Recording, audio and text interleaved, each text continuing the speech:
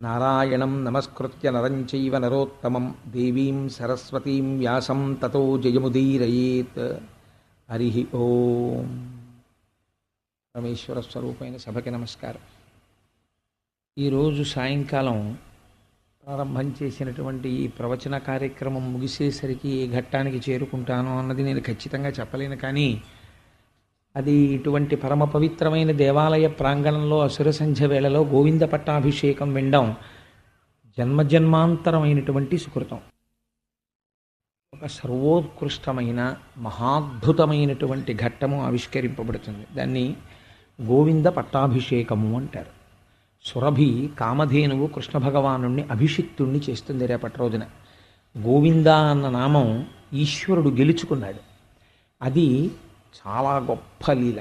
మిగిలినటువంటి లీలలు మీరు ఆంతరమనందు తత్వంతో అనుసంధానం చెయ్యాలి.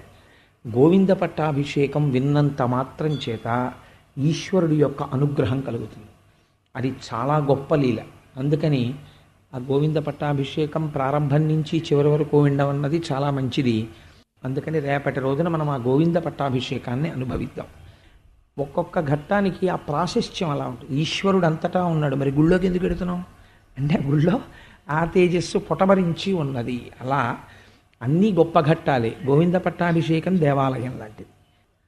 ఒకానొకనాడు కృష్ణ భగవానుడు బలరాముడితో కలిసి ఆ ఆవుల్ని దూడల్ని అన్నింటినీ తీసుకుని బృందావనంలోకి బయలుదేరి యథాప్రకారంగా ప్రతిరోజు ఎలా అయితే ఆ ఆవుల్ని దూడల్ని కాపాడుతూ తీసుకెడుతూ ఉంటాడో అదేవిధంగా ప్రయత్నంలో ఉన్నారు.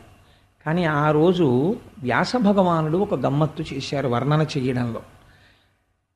సాధారణంగా కృష్ణుడితో ఎక్కువగా అనుసంధానం అవుతుంది కథ. కానీ ఈ ఘట్టం జరిగేటటువంటి రోజున బలరాముడితో అనుసంధానం చేశారు. కృష్ణ భగవానుడు ఆ రోజున బలరాముడిని కీర్తన చేస్తాడు. చూశారా, ఈ చెట్లన్నీ కూడా వంగి ఉన్నాయి అన్నయ్య, మీకు నమస్కరించాలని కోరుకుంటున్నాయి. పళ్ళనన్నింటినీ కూడా చెట్లు వంగి అందిస్తున్నాయి. ఈ పళ్ళు మీరు తినాలి అనేవి కోరుకుంటున్నాయి. ఈ భూమి అంతా కూడా మీ యొక్క పాద ఘట్టన చేత పరవశిస్తోంది. అన్నయ్య, మీరు మహాపురుషులు అని మాట్లాడుతూ అప్పటిదాకా నడిచినటువంటి బలరాముడికి అలసట కలిగితే ఆ బలరాముడి యొక్క శిరస్సుని ఒక గోపాలబాలుడు తన ఒడిలో పెట్టుకున్నాడు. బలరాముని యొక్క పాదములు అన్నగారు కనుక కృష్ణుడు తన ఒడిలో పెట్టుకుని ఆ పాద సంవాహనం చేస్తున్నాడు. ఇలా జరుగుతుండగా ఒక ఆశ్చర్యకరమైనటువంటి సంఘటన జరిగింది. ఇది పోతనగారి భాగవతంలో గమనించవలసినటువంటి ఒక గొప్ప విషయం. అంటే పోతనగారి భాగవతంలో చాలా విషయాలు ఉంటాయి. మీరు అవి చదువుతున్నప్పుడు మనస్సు గొప్ప ఆనందాన్ని పొందుతుంది. కొన్నింటిని నేను ప్రయత్నం చేస్తున్నాను ఆవిష్కరించడానికి. కొన్ని ఆవులు కనపడలేదు. అంటే వాళ్ళ దగ్గర ఉండేటటువంటి ఆవులు ఒక 30, 40, 50 ఆవులు కావు. కొన్ని లక్షల ఆవుల మందలు ఉంటాయి. కానీ అందులో ఏ ఆవు కనపడకపోయినా కృష్ణుడు గుర్తుపట్టగలడు. ఆయన సర్వజ్ఞుడు, ఆయనకి ఏమిటి తెలియదు కనుక. కానీ తన దగ్గర ఉన్న ఆవులలో ఏ ఆవు కనపడకపోయినా ఆయనకి తెలుసు. ఆయన ఎంత గమ్మత్తుగా పిలుస్తాడంటేట, ఆ ఆవుని పేరు పెట్టి పిలిస్తే కొండల మించి ఆ ఆవులు అంబా అని తిరిగి జవాబు చెప్తూ పరిగెడుతూ వచ్చేవిట. కృష్ణుడు ఆవుల్ని పిలవడంలో ఉన్న గమ్మత్తు మీరు శీసపద్యంలో అనుభవించండి. పోతనగారి రచనలో రాపూర్ణ చంద్రిక రాగౌతమి గంగరమ్ము భాగీరథ రాజతనయ రాజసుధాజల రాశి రామేఘ బాలిక రమ్ము చింతామణి రమ్ము సురభి రామనోహారిణి రాసర్వమంగళ రాభారతీదేవి రాధరిత్రి రా శ్రీ మహాలక్ష్మి రామందమారుతి రమ్ము మందాకిని రాశుభాంగి. ఆవులకి ఆయన పెట్టుకున్న పేర్లవి. కృష్ణుడు ఒక్కొక్క ఇంట్లో ఐశ్వర్యం ఎందుకుంటుందంటే ఆ ఇంటి వాళ్ళ నోటి వెంట వచ్చేటటువంటి మాటల వలనే ఉంటుంది. నోరు విప్పితే భగవత్ సంబంధం, నోరు విప్పితే భగవంతుణ్ణి నమ్ముకున్నటువంటి భాగవతుల గురించినటువంటి మాటలు. ఈ శరీరం దేవాలయం కావాలి అంటే దీనిలో మీరు దేన్ని నిలబెట్టారో దాని గురించే వస్తుంది మాట. దీంట్లో వేరొక వస్తువు ఉంటే కృతకంగా మీరు ఈశ్వరుడు గురించి ఎంతసేపు మాట్లాడగలరు? ఇక్కడ ఈశ్వరుడే ఉంటే ఎక్కువగా మీ నోటి వెంట నుంచి వచ్చేటటువంటి మాట ఈశ్వర సంబంధమే అయి ఉంటుంది. ఎక్కడ ఆ ఆర్తి ఉన్నదో అక్కడ ఏ ఎలా మాట్లాడవలసి వచ్చినా భగవత్ సంబంధంతోనే మాట్లాడతారు. అవి ఎవరండి? ఆ ఇంట్లో ఆవులు. ఆయన ఆవుల్ని పిలవవలసి వస్తే ఆవులకు ఆయన పెట్టుకున్న పేర్లు చూడండి. రా పూర్ణచంద్రిక, ఒక ఆవు పేరు పూర్ణచంద్రిక. రా గౌతమి, ఒక ఆవు పేరు గౌతమి. రా గంగా, ఒక ఆవు పేరు గంగ. రమ్ము భాగీరథ రాజతనయ, ఒక ఆవు పేరు భాగీరథ రాజతనయ.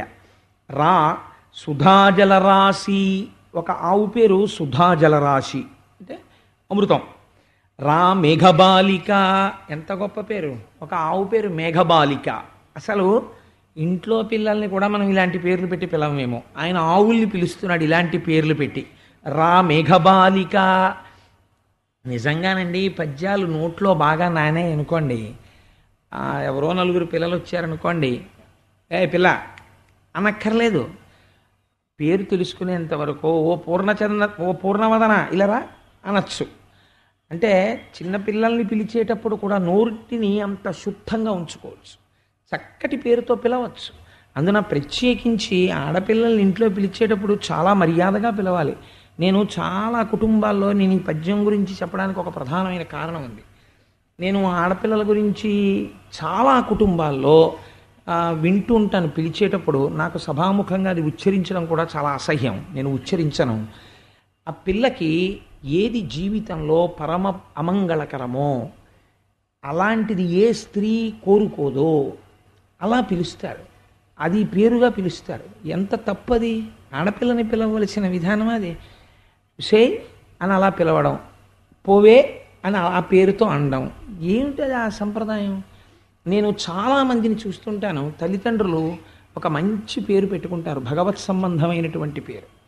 ఆ పిల్లని కన్యాదానం చేసేటప్పుడు అత్తవారింటికి వెళ్ళిన తర్వాత ఆ పిల్ల పేరు మారుస్తుంటారు. అది శాస్త్రమునందు మహాదోషం, తెలుసా అండి? గొప్ప దోషం అది. అలా మార్చే అధికారం ఎవరిదో తెలుసా? ఒక్క తల్లిదండ్రులకే ఉంటుంది. ఆడపిల్లకి పేరు పెడితే ఆడపిల్ల పేరు మార్చి పిలవడానికి వీల్లేదు. మళ్ళీ కన్యాదానం చెయ్యడానికి ముందు క్రతువు చేస్తాడు తండ్రి, చేసి పేరు మార్చాలి. తప్ప పేరు మార్చి పిలిచారనుకోండి, పెట్టిన పేరు మీరు నామకరణ సమయంలో ఏది పెట్టారో ఆ దేవతల యొక్క ఆగ్రహానికి గురవుతారు. అలా పిలవకూడదు. ఇవాళ రేపు పేరు పట్ల మర్యాదే లేదు. మనం ఇలా పిలవచ్చా, ఇలా పిలవకూడదా, నోటితో పిలిచేటప్పుడు మనం ఎలా ఉద్ధరింపబడాలి, అవతల వారు ఎలా ఉద్ధరింపబడాలి, ఈ పట్టింపు లేదు. విచిత్రమైన పేర్లు, దాని గురించి నేను ఎంత తక్కువ మాట్లాడితే నాకు అంత సంతోషం. ఎందుకంటే భావమునందు వ్యగ్రత కలుగుతుంది. కొన్ని పేర్లు వింటే అసహ్యం వేస్తుంది. ఆచి తూచి కూడా పేర్లే ఇవాళ. కాబట్టి ఆయన పిలవడం చూడండి ఎంత అందంగా పిలుస్తారో. రా సుధాజల రాశి, రా మేఘబాలిక, రమ్ము చింతామణి, రమ్ము సురభి, రా మనోహారిణి, రా సర్వమంగళ, రా భారతీదేవి, రా ధరిత్రి. మీరు విందురు కానీ ఇవాళ మధ్యాహ్నమే అనుకున్నాం, 14వ తారీఖున కృష్ణ భగవానుడికి అభిషిక్తుణ్ణి చేస్తారు ఇక్కడ. రేపు వినే గోవింద పట్టాభిషేకానికి క్రతువు జరుగుతుంది. అందరం హాయిగా కూర్చొని చూడడమే. అప్పుడు ఆ అభిషేకం జరిగినప్పుడు మన్యు సూక్త, శ్రీ సూక్త, నీలా సూక్త, భూసూక్త, పురుష సూక్త, శ్రీ సూక్త, దుర్గా సూక్త, రుద్ర సూక్త, వీటన్నిటితో స్వామిని అభిషిక్తుణ్ణి చేస్తారు. పాలతో అమ్మవారిని అయ్యవారిని కూర్చోబెట్టి ఆ అభిషేకం చేస్తారు. అప్పుడు విందురు కానీ వీలైతే నేను ఎక్కడైనా ఆ భూసూక్తంలో ఉండేటటువంటి పేర్ల గురించి మేదిని, వసుంధర, ధరిత్రి, ఆ భూమిని పిలుస్తారు.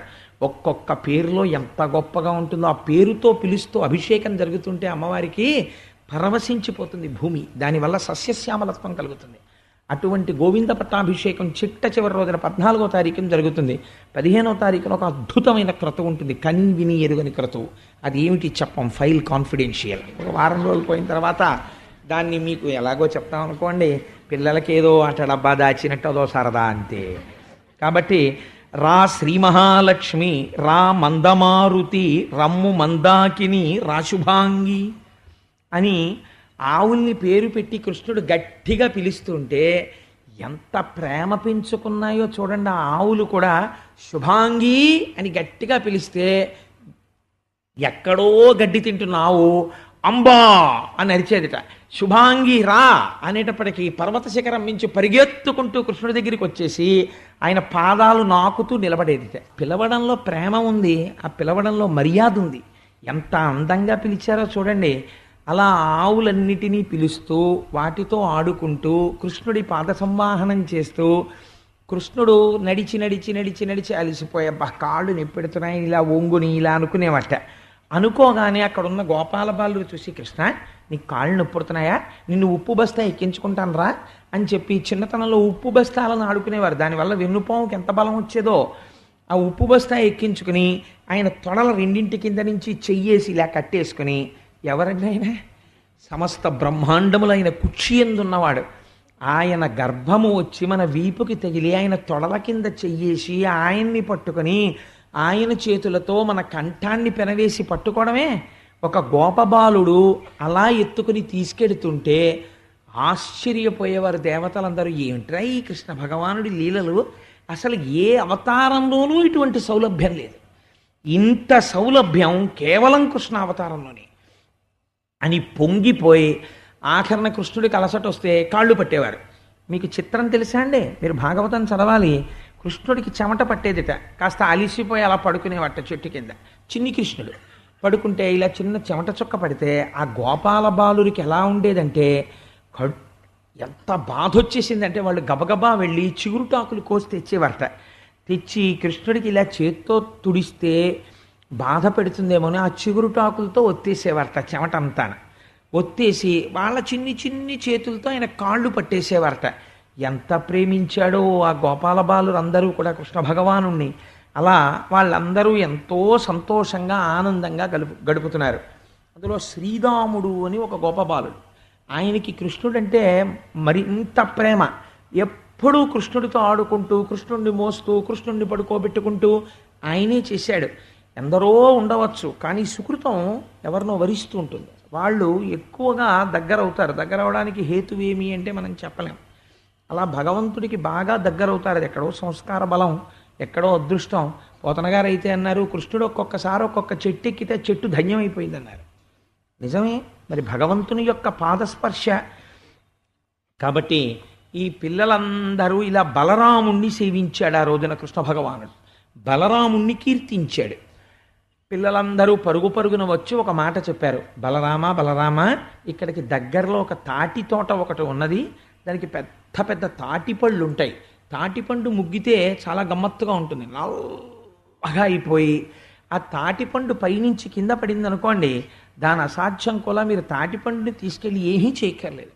ఓ ఎండిపోయిన ఎండూరు తాటాకోటి చూసి దాన్ని వెలిగించి తాటిపండుని దాని మీద పెడితే ఓ కర్ర గుచ్చి ఆ తాటిపండు కాలుతున్నప్పుడు వచ్చేటటువంటి వాసనకి మహర్షులు కూడా కొంచెం తింటే బాగుండేమో అనిపించేట్టుగా ఆకర్షిస్తుంది. అది నేను బాల్యమునందు అనుభవించాను, అందుకని నాకు బాగా తెలుసు.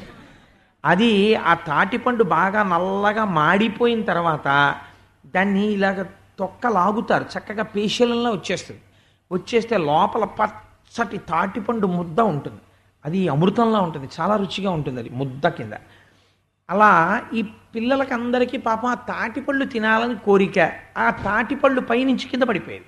పడిపోయి ముగ్గిపోయిన తాటిపళ్ళేమో ఇలా పగిలేవి.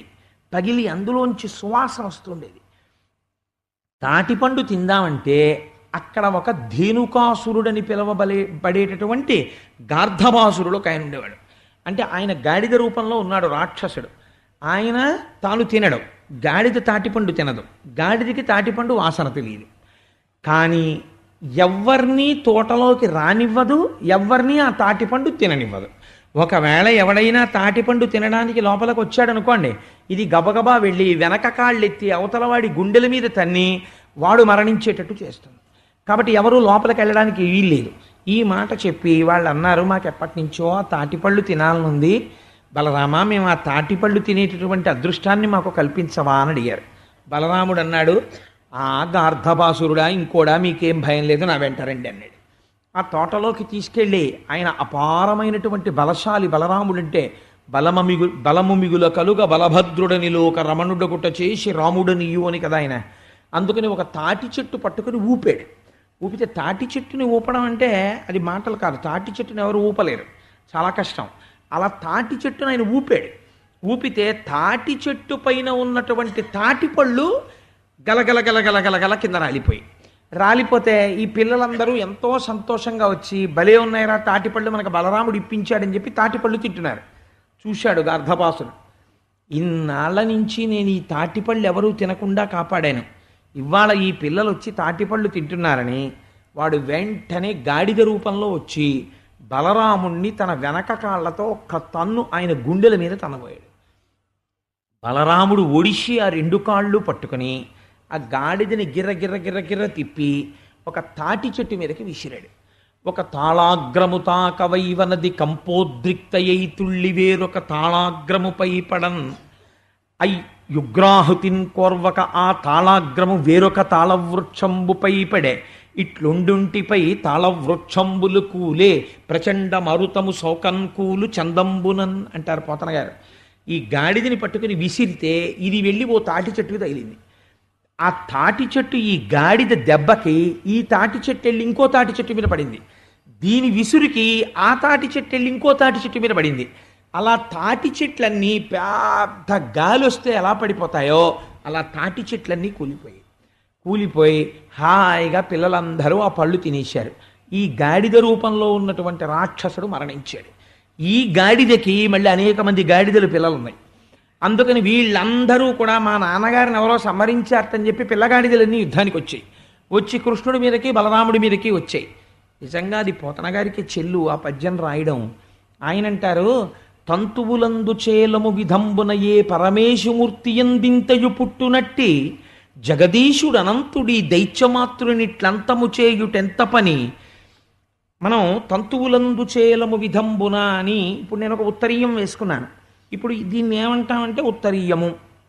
ఇప్పుడు ఉత్తరీయంలో కోటేశ్వరారు ఉత్తరీయం మీరు ఉంచుకోండి మాకు అక్కర్లేదు, కానీ ఇవాళ సభలోంచి మేమందరం వెళ్ళిపోయేటప్పుడు అందరం తలకొక దారపోగు తీసుకుని పెడతాం అని మీరు అన్నారనుకోండి, నేను అయ్యో దానికే ఉందండి తీసుకోండి అన్నాను అనుకోండి, ఒక్కొక్కరు వచ్చి ఒక్కొక్క దారపోగు తీసుకుని వెళ్ళిపోయారు అనుకోండి, ఆ తర్వాత నేను నా ఉత్తరీయం వేసుకుందామని చూస్తే ఉత్తరీయం ఇది ఉండదు.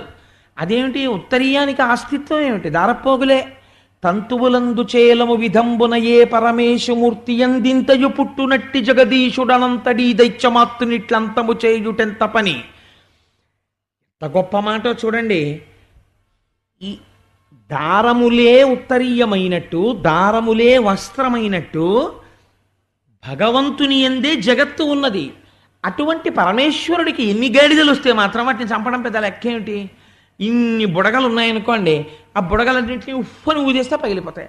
ఆహాహా ఎంత మహావీరుడవయ్యా అనాలా దానికి. బళి బళి మా బావ బల్లెమ్ము జేబూని పుల్లాకు తూట్లుగా పొడవలి వర్ణిస్తారు.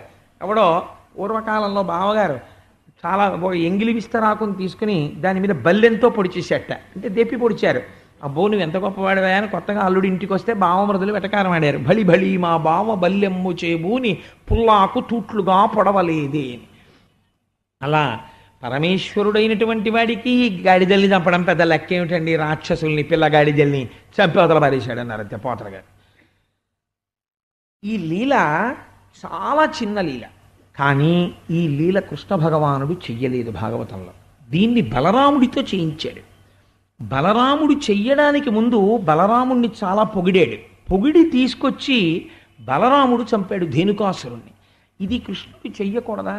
ఇంతమంది రాక్షసుల్ని చంపాడు కదా, ఇంతమంది రాక్షసుల్ని చంపినటువంటి కృష్ణుడు ధేనుకాసురుణ్ణి అనగా గర్ధపాసురుణ్ణి ఎందుకు చంపలేదు? బలరాముడి పాద సంవాహనం చేసి అన్నయ్య కాళ్ళు పట్టి అన్నయ్యకి విసిరి అన్నయ్యకి పళ్ళు పట్టి అన్నయ్యని స్తోత్రం చేసి అన్నయ్యతో ఎందుకు చంపించాడు? ఈ విషయం, ఈ రహస్యం మీకు అర్థమైందనుకోండి, అర్థమైతే జీవితానికి ఒక పరమార్థం ఏర్పడుతుంది. ఎందుచేత అంటే ఇది లీల చాలా చిన్న లీల, కానీ పరమోత్కృష్టమైనటువంటి లీల. ఎందుకంటే పుట్టుకతో మీ అంతట మీరు ప్రయత్నము చేయవలసినటువంటి అవసరము లేకుండా పట్టుకునేటటువంటి గుణం ఒకటి ఉంటుంది. దాని పేరే లోభము. అది ఎవ్వరూ నేర్పక్కర్లేదు. ఒరే నాన్న నువ్వెవరికి ఏమీ పెట్టకే, నువ్వన్నీ దాచుకో, నువ్వెవరికి ఇవ్వకూడదు అని చెప్పడానికి ప్రత్యేకం సిలబస్సో క్లాస్ రూమో లేకపోతే లోభము అన్న సబ్జెక్ట్ గురించి ఓ మాస్టర్ని పోస్టింగ్ వేయడం, ఆయనకు ఒక క్వాలిఫికేషన్ ఉండడం అలా ఏం ఉండదు. లోభము ఎవ్వరూ చెప్పరు, వచ్చేస్తుంది అంతే వాడికి. ఎంత చిత్రంగా వస్తుందంటే వాడికి ఇంకా మాటలు వస్తాయి. ముందు తాత తాత అంటాడు, లేకపోతే నాన్న నాన్న అంటాడు, ఇంకా గట్టిగా 2 అక్షరాలు వస్తాయి అంతే. మీరు వాడిని ఏది నాన్న నాకు పెట్టు అన్నారనుకోండి, నాది అంటాడు వాడు ఇవ్వడు. అంటే అది మనిషికి సహజంగా ఉండేటటువంటి స్వభావం. అందుకే మన వాళ్ళు ఏది చేసినా సంప్రదాయంలో ఉత్తినే చేయరండి. ఏది చేసినా దాని వెనకాతల ఒక రహస్యాన్ని చెప్తారు. అందుకే మీరు ఎక్కడ సృష్టిలో ఇటువంటి గొప్ప మతాన్ని చూడరు. తొట్లో పెట్టాం పిల్లాన్ని తొట్లో పెట్టామంటారు. తొట్లో పెట్టడం ఏమిటండి? తొట్లో పెట్టడం అంటే ఉయ్యాల్లో పెట్టడం. ఉయ్యాల్లో పెడితే అది పెద్ద సంబరం ఏమిటండి? పిల్లాన్ని ఉయ్యాల్లో పడుకోబెడతారు. ఉయ్యాల్లో పడుకోబెడితే దానికి అంత పెద్ద పేరంటం చెయ్యాలా? కాదు. ఇంతమందిని పిలిచి ఈ జీవుడి అజ్ఞానం చూడండి అని చెప్తారు. ఏమిటో తెలుసా అండి? వాడికి అప్పటి వరకు సుఖము అనగా ఏమి వాడికి తెలియదు. మీరు ఊయలలో పడుకోబెట్టగానే బట్ట ఉయ్యాలలో కట్టి పడుకోబెట్టి ఇలా ఇలా ఇలా ఇలా ఊపేటప్పటికీ అమ్మ పాడేటటువంటి మొదటి పాట ఒక్కటే పాడుతుంది, ఇంకేమీ పాడరు. వినాయక ప్రార్థన లేకపోతే అమ్మవారి మీద కీర్తనం, సాంబ శివాయన రేయో ఏం పాడరు. అలా హాయి అంటారు. ఓరిపిచ్చాడా, ఇంతకుముందు ఇలాగే ఇచ్చావు జన్మలు, అక్కడ పుట్టావు ఇక్కడ పోయావు, ఇక్కడ పుట్టావు అక్కడ పోయావు. పునరపి జననం పునరపి మరణం పునరపి జననీ జఠరే శయనం. మళ్ళీ మొదలెట్టావు శరీర సుఖం, మళ్ళీ ఉయ్యాలా ఎక్కి ఇలా ఊపుతుంటే అట్నుంచి ఇటు వచ్చేటప్పటికి నీకు సంతోషంగా ఉందా? ఎంత అజ్ఞానం రా ఇది అని అడురా హాయి, ఇందులో హాయి లేదురా ఈ సుఖంలో అని అమ్మ మొట్టమొదటి గురువై జ్ఞానబోధ చేస్తుంది తొట్లో పెట్టిన రోజున. అందుకని ఏ పని చేసినా దాని వెనకాతల ఒక రహస్యం ఉంటుంది.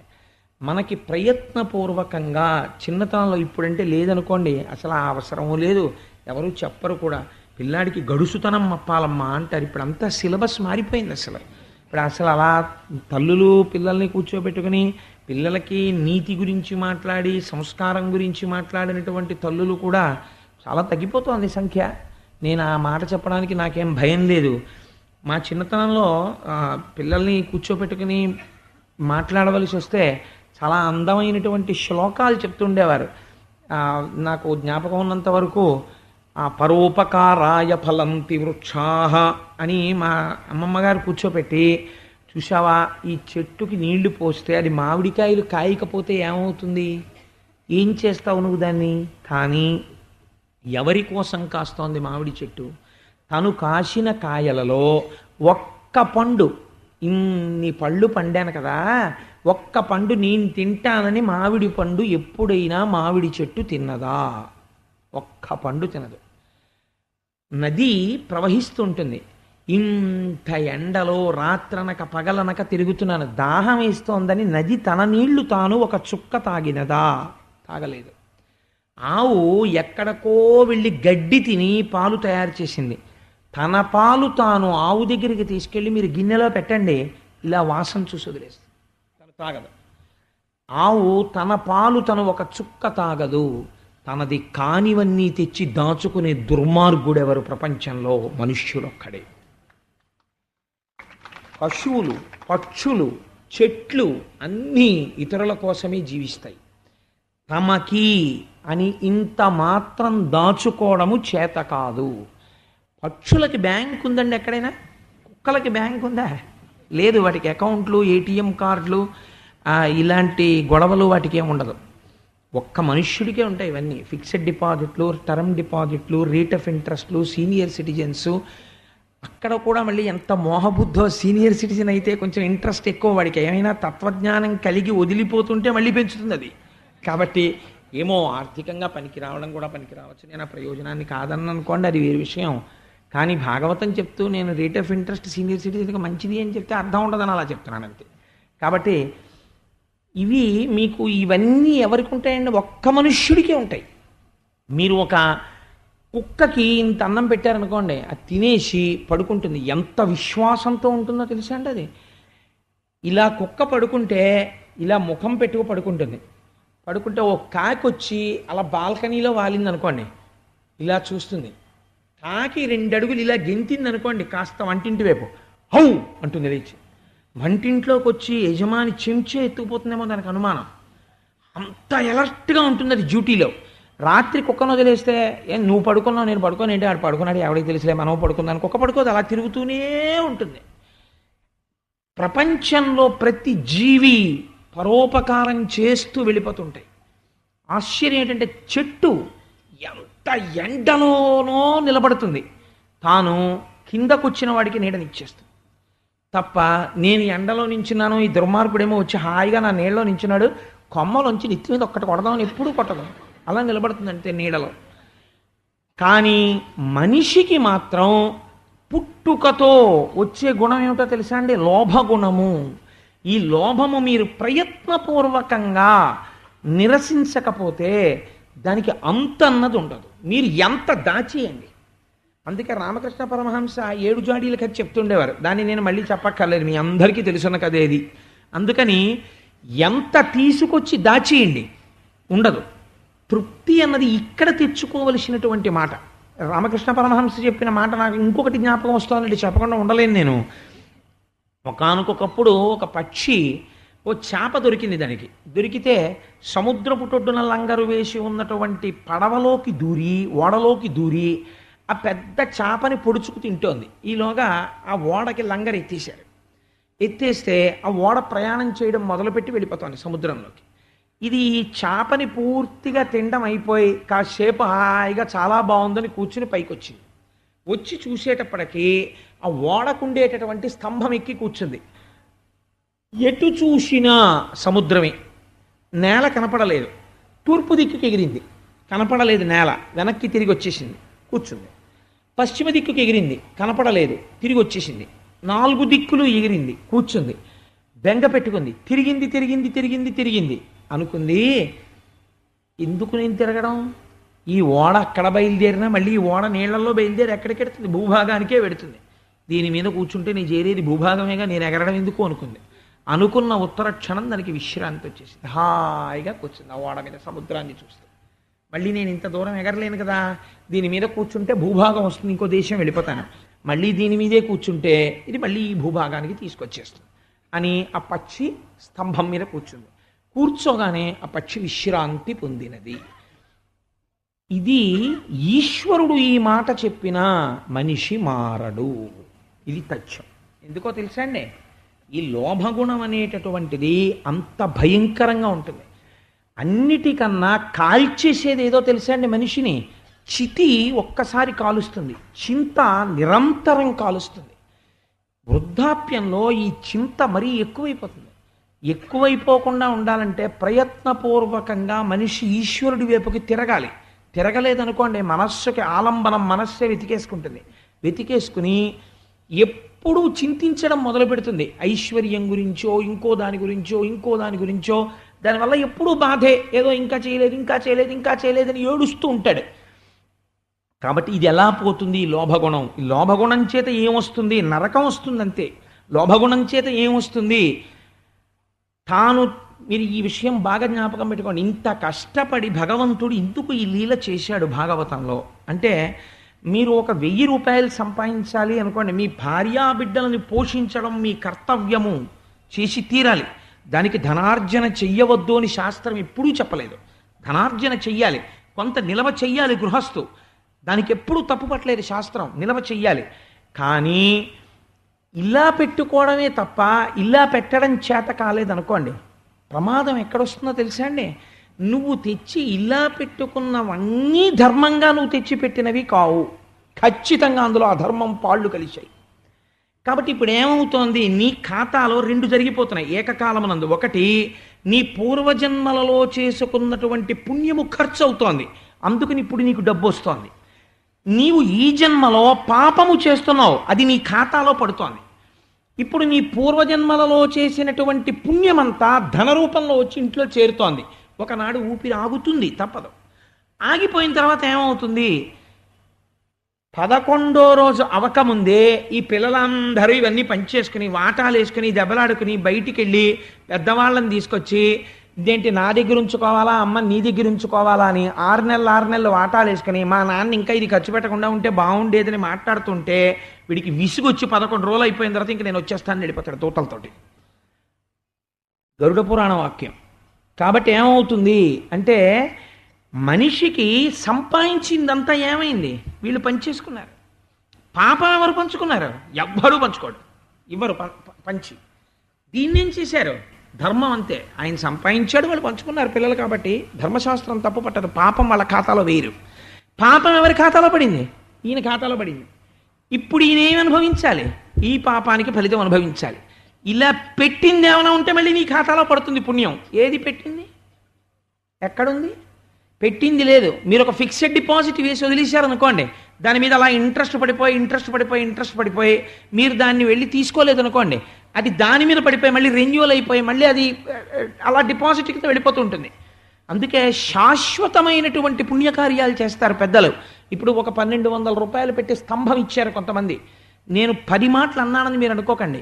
ఈ 1200 రూపాయల స్తంభం 1,000,000 జన్మలు కాపాడితే ఆశ్చర్యం లేదు. ఒక్కొక్కసారి ఒక్కొక్క దేవాలయంలో అలా ఒక మహానుభావుడు ఈ దేవాలయాల్ని నిర్మించారు కొంతమంది కలిసి. ఈ పుణ్యం ఏమవుతుందో తెలుసా అండి? ఎన్ని వందల వేల సంవత్సరాలు భక్తులు వచ్చి ఇక్కడ దర్శనం చేసుకుని ఎడుతుంటారు. ఈ ఆలయ నిర్మాణ పుణ్యము 6వ వంతు అలా పడుతూనే ఉంటుంది. ఇక్కడ భాగవతం జరిగింది, ఇందులో 6వ వంతు వాళ్ళ ఖాతాలో వేసేస్తుంటారు. ఫిక్స్డ్ డిపాజిట్ లాంటిది. కాబట్టి ఏం చెయ్యాలి? ప్రయత్నపూర్వకంగా నువ్వు ఇలా పెట్టాలి. ఇలా నువ్వు పెట్టడం చేత కాకపోతే నీ ఖాతాలో పడదు. త్యాగము చేత మోక్షమును పొందుతావు, స్వార్థము చేత నరకాన్ని పొందుతావు. కాబట్టి ఇది ఎలా తెలుస్తుంది? భగవంతుడు చెప్తే వాడు వినడు. త్యాగేనైకే అమృతత్వ మానసు అన్నాడు అనుకోండి ఈశ్వరుడు, మనం నమ్మం.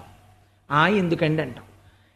ఇది ఒక మహాపురుషుడి యొక్క నడువడిని మీరు చూశారనుకోండి, అయ్యయ్యో నిజంగా ఆయన నడువడి ఏమి త్యాగం రా మహానుభావుడు.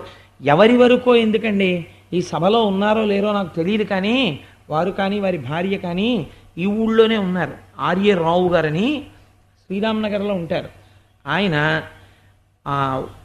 మన ఈ న్యాచురల్ గ్యాస్ ని ఎర్త్లోంచి బయటికి డ్రిల్ చేయడంలో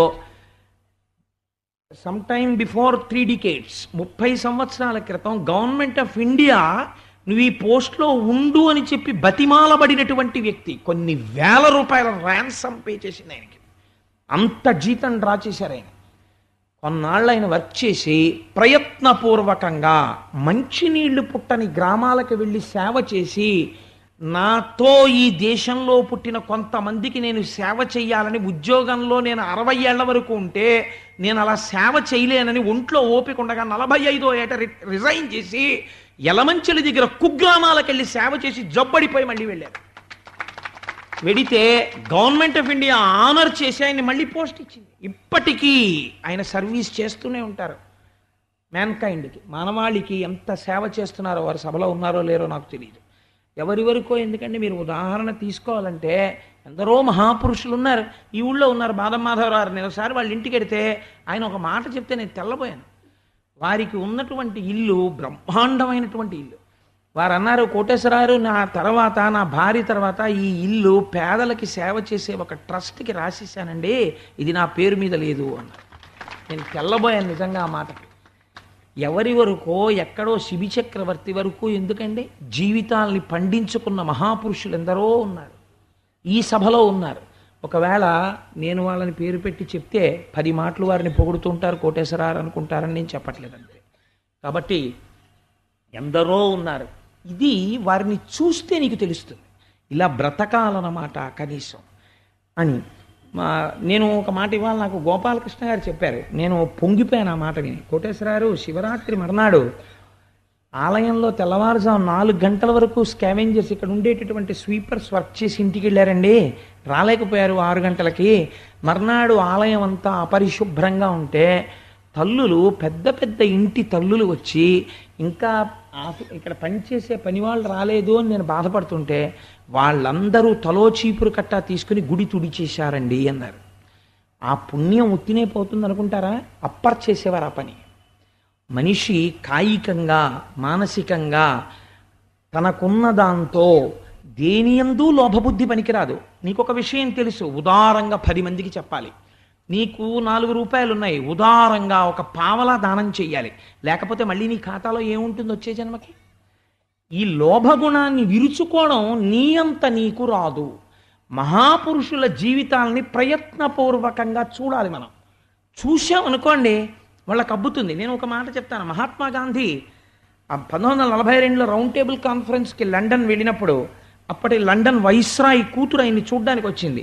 వచ్చి అంది, ఆ తాతగారు మీకు పైన వస్త్రం లేదు, అక్కడ మంచి చలి, ఆయన పైన వస్త్రం ఉండేది కాదు, పంచి కట్టుకునేవాడు మహానుభావుడు. కట్టుకుంటే తాతగారు మీకు నేను ఒక మంచి స్వెట్టర్ ఇస్తాను వేసుకోండి అంది. అంటే గాంధీజీ నవ్వన్నారు, భారతదేశంలో క్రింద మాత్రమే పంచె కట్టుకుని పైన ఉత్తరీయం వేసుకోలేకుండా ఉండిపోయిన కొన్ని కోట్ల మంది పేదలకి ప్రాతినిధ్యం వహిస్తున్నవాడు గాంధీ. అంతమంది పైన ఉత్తరీయం వేసుకోగలిగిన రోజున గాంధీ కూడా వేసుకుంటాడు. అందరికి ఇస్తే నాకు ఇయ్యమ్మా అన్నారు. తెల్లబోయింది ఆ పిల్ల. ఏమి మహానుభావుడు చూడండి. ఇవాళ మన పాఠ్య పుస్తకాల్లో ఈ విషయాలు లేవు. మన పిల్లలకి ఈ విషయాలు చెప్పేవాళ్ళు లేరు. మా తాతలు నీతులు తాగిరి, మా మూతులు వాసన చూడుడు. సమకాలీన సమాజంలో ఎంతమంది పెద్దలు ఎంత సేవ చేస్తున్నారో అలాంటి వాళ్ళకి గౌరవం లేదు. వాళ్ళ గురించి చెప్పేవాడు లేడు. నిజంగా వాళ్ళని ఆదర్శంగా తీసుకుంటే తయారు కావలసినది పిల్లలు తయారు కావాలి.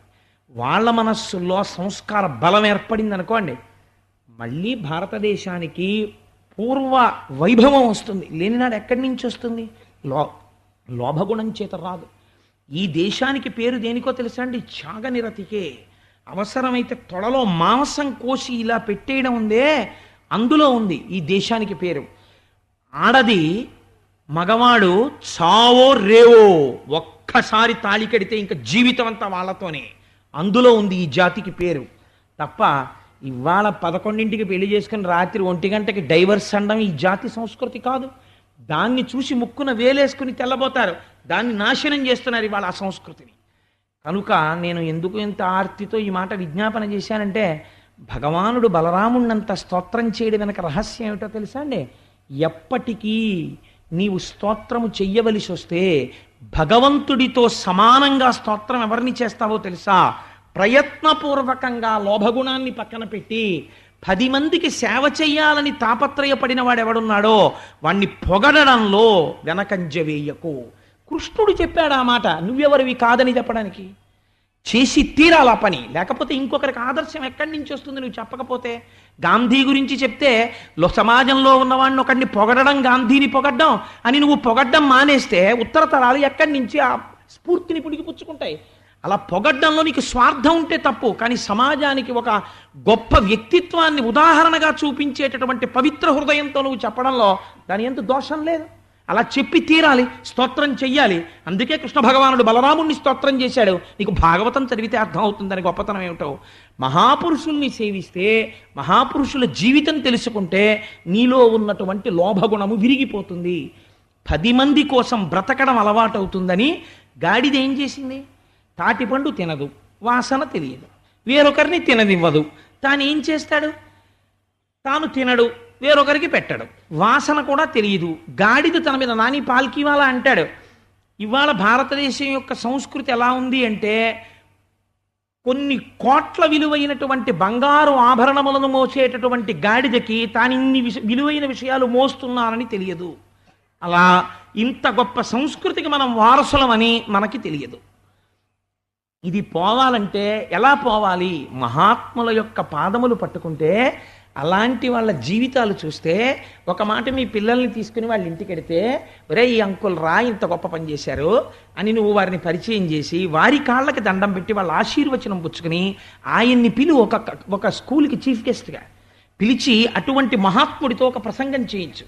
ఆయన అనుభవం ఏమిటో, ఆయన ఏం చేశారో, ఎక్కడెక్కడికి వెళ్ళారో, ఎంతెంత సర్వీస్ చేశారో పిల్లలకి చెప్పించు.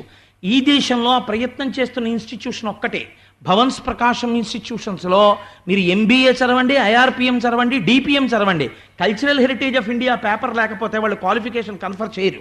Cultural heritage of India paper pass అవ్వాలి. భారతదేశపు సాంస్కృతిక వారసత్వము అన్న పేపర్ పాస్ అవ్వాలి. పాస్ అయితేనే కంపల్సరీ పేపరు తీసుకొచ్చి క్వాలిఫికేషన్ కన్ఫర్ చేస్తారు. మీకు నేను ఒక ఉదాహరణ చెప్తాను, నాకు ఆ విషయం అంటే గుర్తొచ్చింది.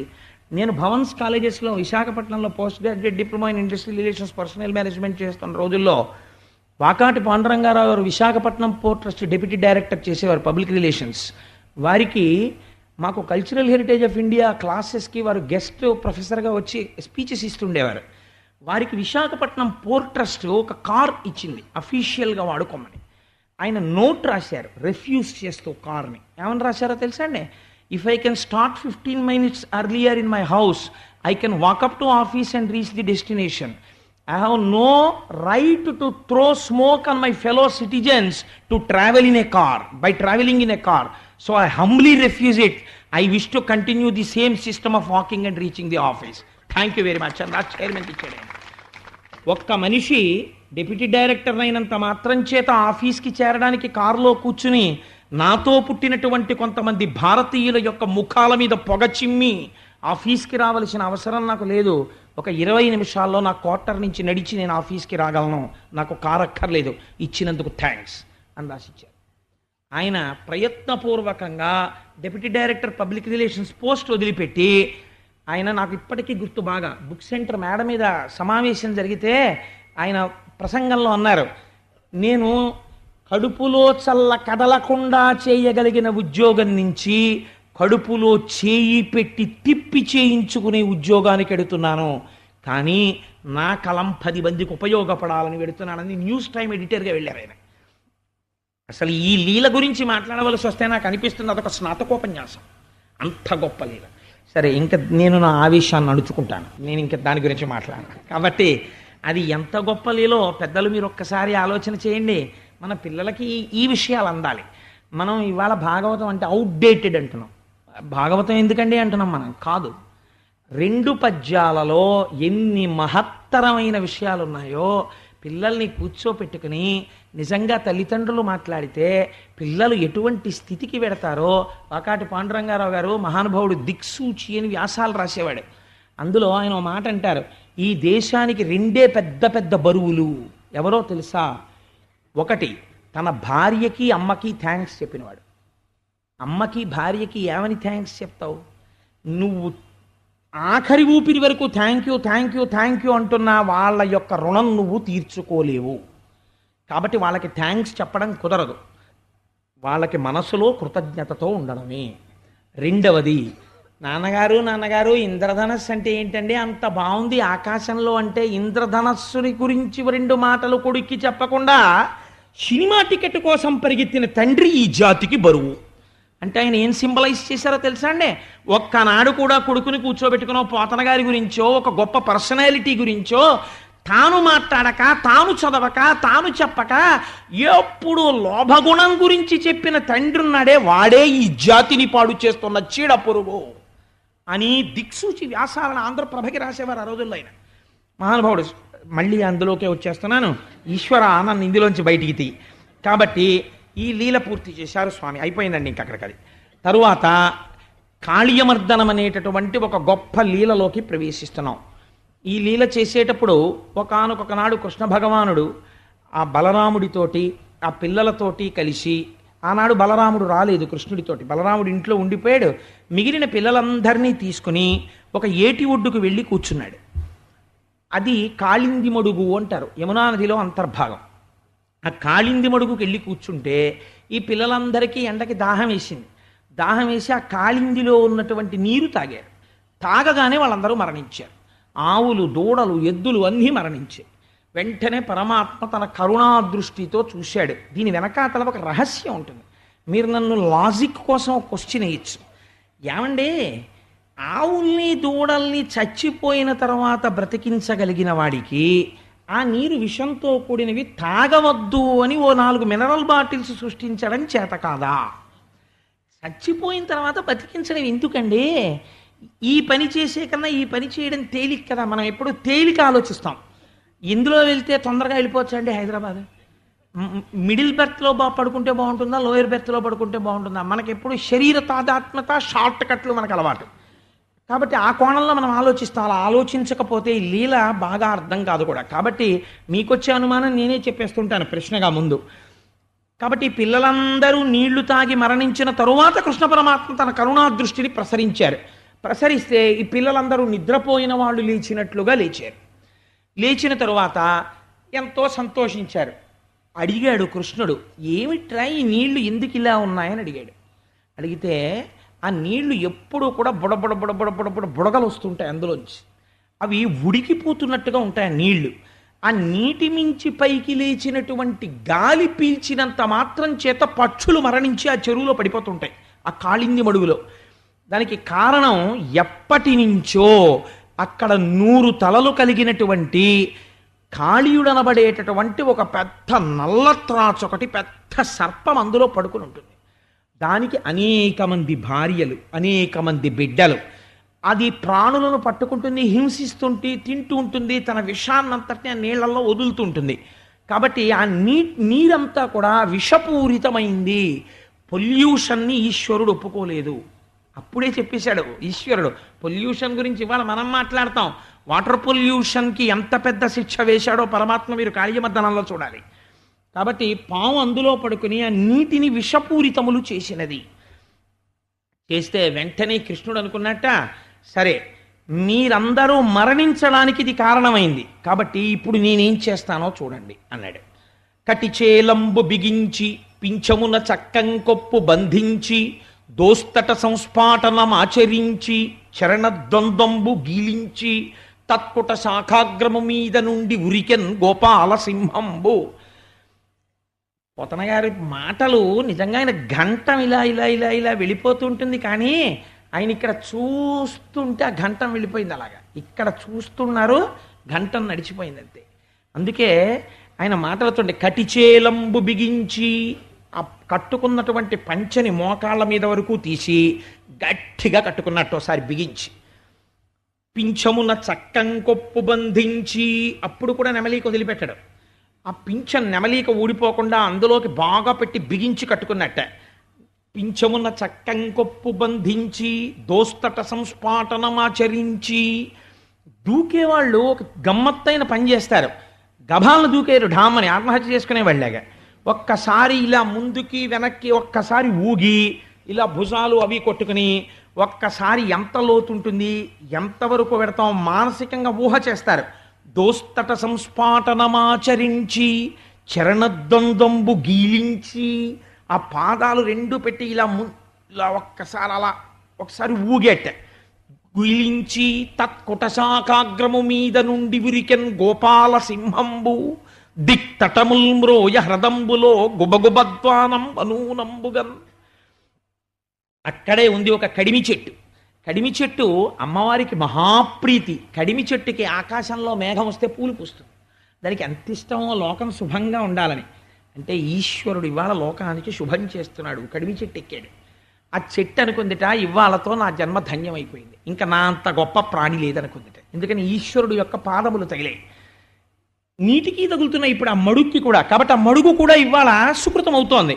కాబట్టి ఆ చెట్టు మీద నుంచి తత్కుట శాఖాగ్రము మీద నుండి ఉరికెన్ గోపాల సింహంబు. ఆ గోపాల బాలుడైగా ఉన్నటువంటి కృష్ణ పరమాత్మ సింహం దూకినట్టు దూకేరట నీళ్లలోకి. గోపాల సింహంబు దిక్తటముల్ మ్రోయ హ్రదంబులో గుబగుబద్వానంబనూనంబుగన్. ఈయన నీళ్లల్లోకి దూకగానే పెద్ద చప్పుడు వచ్చింది.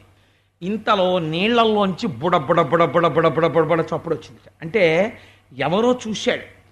అసలు ఈ మడుగులో అడుగు పెట్టడానికే భయపడతారు కదా, ఇలాంటి మడుగులోకి దూకగలిగినంత ధైర్యం ఎవరికి ఉన్నది అని చూశాడు. ఎవరు వాడు? వేరొకడు కాడు, సాక్షాత్తు కాళీయుడే. 101 పడగలు విప్పి అందులో ఇలా తేలుతూ ఆడుకుంటూ చిరునవ్వులు నవ్వుతూ ఆడుకుంటున్నటువంటి చిన్ని కృష్ణుణ్ణి చూశాడు. ఎంత ధైర్యం రాయి పిల్లడికి, నేను ఉన్నటువంటి మడుగులోకి దూకుతాడా అన్నాడు. పడగలు విప్పి ఆయనని కాటు వేశాడు. కాటు వేసేటప్పటికీ కృష్ణ పరమాత్మ స్పృహ తప్పారు. తప్పగానే తన దీర్ఘమైనటువంటి శరీరంతో ఆయన్ని చుట్టేశాడు. చుట్టేసి ఊపిరాడకుండా చేస్తున్నాడు. ఈ ఒడ్డున ఉన్నటువంటి గోపాల బాలురు భయంతో పరుగు పరుగు పరుగు పరుగున వెళ్ళి కృష్ణుడికి ప్రమాదం వచ్చిందని చెప్పారు. బలరాముడు రాలేదు ఆ రోజున. ఈలోగా బృందావనంలో ఉత్పాతములు కనపడ్డాయి. ఎక్కడ చూసినా ఆకాశం అంతా భయంకరంగా తయారైంది. ఉల్కలు పడుతున్నాయి, చీకటి ఆవరించింది, దుర్నిమిత్తములు కనపడుతున్నాయి. ఏం జరిగిందోనని భయపడుతున్నారు. ఈలోగా కృష్ణుడు కనపట్టలేదా, నీటిలో దూకాడు అన్నారు. ఈ కృష్ణుడి కోసమని ఆ గోపాల బాలురు, గోపకులు, యశోద, నందుడు అందరూ వెతుక్కుంటూ వచ్చారు. ఆ కాళింది మడుగులో పాము చేత చుట్టబడి పడిపోయి ఉన్నాడు పరమాత్మ. ఈ పరీక్ష ఆయన ఎప్పుడూ చేస్తాడు. నా గురించి ఏడిచ్చేవాడు ఎవడైనా ఉన్నాడా, ఉంటే కనపడదా, లేకపోతే ఎందుకు అని. కాబట్టి అలా ఆర్తి ఉన్నదా లేదా చూస్తున్నాడు. అంటే ఇక్కడ పోతన గారండి భక్తి అంటే ఏమిటో నిర్వచనం చేశారు. ఎంత గొప్ప మాట అంటారో చూడండి. ఆ గోపకాంతలందరూ వచ్చారు. వచ్చి నిలబడి వాళ్ళు ఒక మాట అంటున్నారు.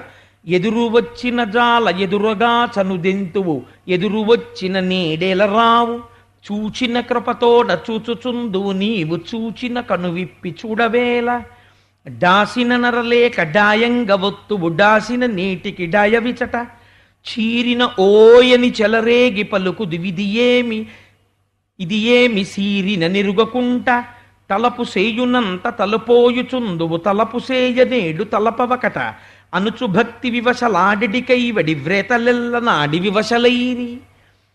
వాళ్ళు భక్తికి ఒక నిర్వచనం చెప్తున్నారు. కృష్ణ, మేమెప్పుడైనా నీ వేపు 2 అడుగులు వేస్తే నువ్వు మా వేపు 200 అడుగులు వేసేవాడివి. భగవంతుడి వేపుకి మీరు 1 అడుగు వేయడం నేర్చుకుంటే భగవంతుడు 100 అడుగులు మీ వేపుకి వేస్తాడు. ఈశ్వర ఎప్పుడైనా కృష్ణ అని పిలిస్తే చాలు ఓయ్ అని పలికేవాడివి. ఇవాళ మేము పిలిచినా నువ్వు పలకటం లేదు. ఎప్పుడైనా నిన్ను ముట్టుకుందామని మేము దగ్గరికి వస్తే నువ్వు పరిగెత్తుకుంటూ వచ్చి మమ్మల్ని కౌగిలించుకునేవాడివి. భగవంతుని యందు మీరు ఇంత చూపిస్తే ఆయన అంత చూపిస్తాడు కారుణ్యాన్ని. కాబట్టి ఇవాళ నువ్వు అలా పరిగెత్తుకుంటూ రావట్లేదు. మేము నీ వంక ఇలా ఒక్కసారి చూస్తే నువ్వు మా అందరి వంక ఎంతో కృపతో చూసేవాడివి. ఇవాళ మా వంక చూడకుండా కన్నులు మూసి పాము చేత చుట్టబడి పడుకున్నావు. మేము తలుచుకోగానే నువ్వు మమ్మల్ని తలుచుకుంటావు. అలాంటి వాడివి ఇవాళ తలుచుకున్నట్టు కనపట్టలేదు. అనుచు భక్తి వివశలాడికైవడి, ఇక్కడుంది ఆ పద్యంలో ఉన్న కీలకం అంతా. భక్తి వలన భక్తి యొక్క స్వరూపమేమిటో ఆవిష్కరిస్తున్న వారై కృష్ణుడి గురించి అలమటించారు. ఎంత గొప్ప మాట అన్నారో చూడండి వాళ్ళు. పన్నగము మమ్ము కరవక నిన్నేటికి కరచ కుర్ర, నిమ్మి కలిగి నీవుండిన మము రక్షింతువు, నిన్ను రక్షింప మేము నేరము తండ్రి. ఈ మాట సాధారణంగా ఎవరంటారండి? తండ్రి అనలేడు ఈ మాట, తల్లి అంటుంది. పిల్లాడికి 104 జ్వరం వచ్చిందనుకోండి, 10 రోజులు అయిపోయింది అనుకోండి, ఎంతమంది స్పెషలిస్టుల దగ్గరికి తీసుకెళ్ళినా తగ్గట్లేదు అనుకోండి, తగ్గకపోతే తండ్రి ఏమో నా ప్రయత్నం నేను చేస్తున్నానండి అంటాడు, బెంగ పెట్టుకుంటాడు.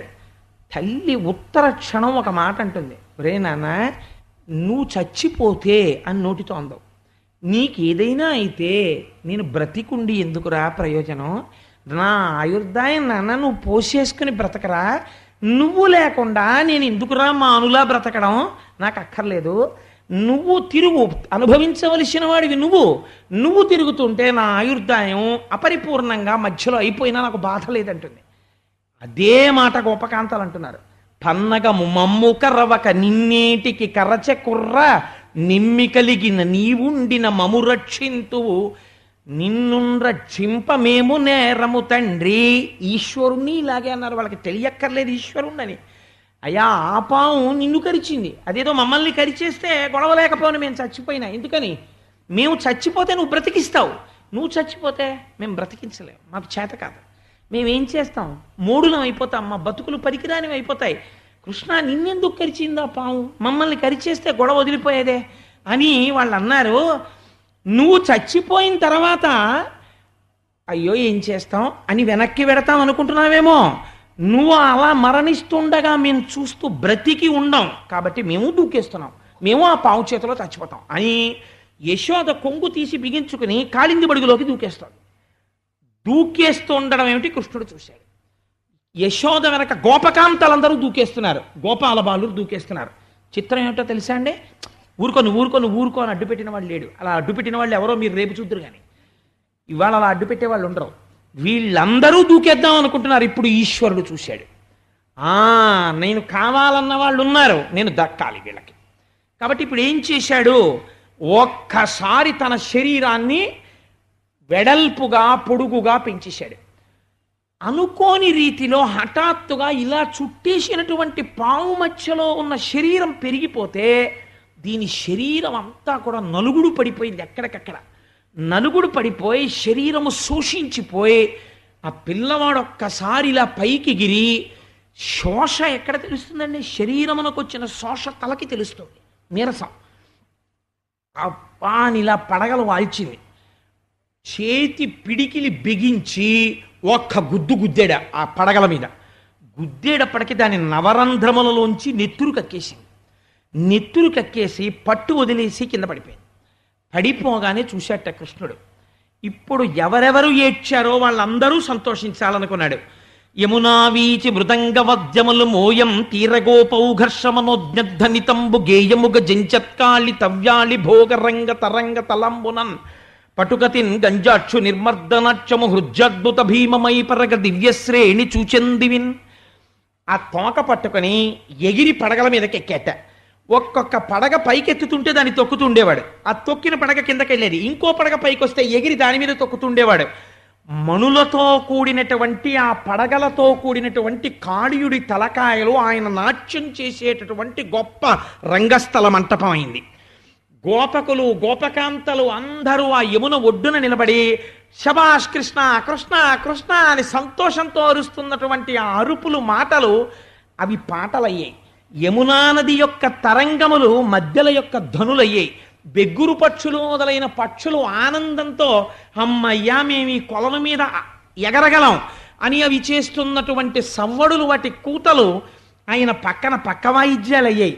ప్రేక్షకులుగా ఆ మందిరంలో దేవతలందరూ ఆకాశంలో నిలబడి చూస్తున్నారు. ఏమీ ఆశ్చర్యమని.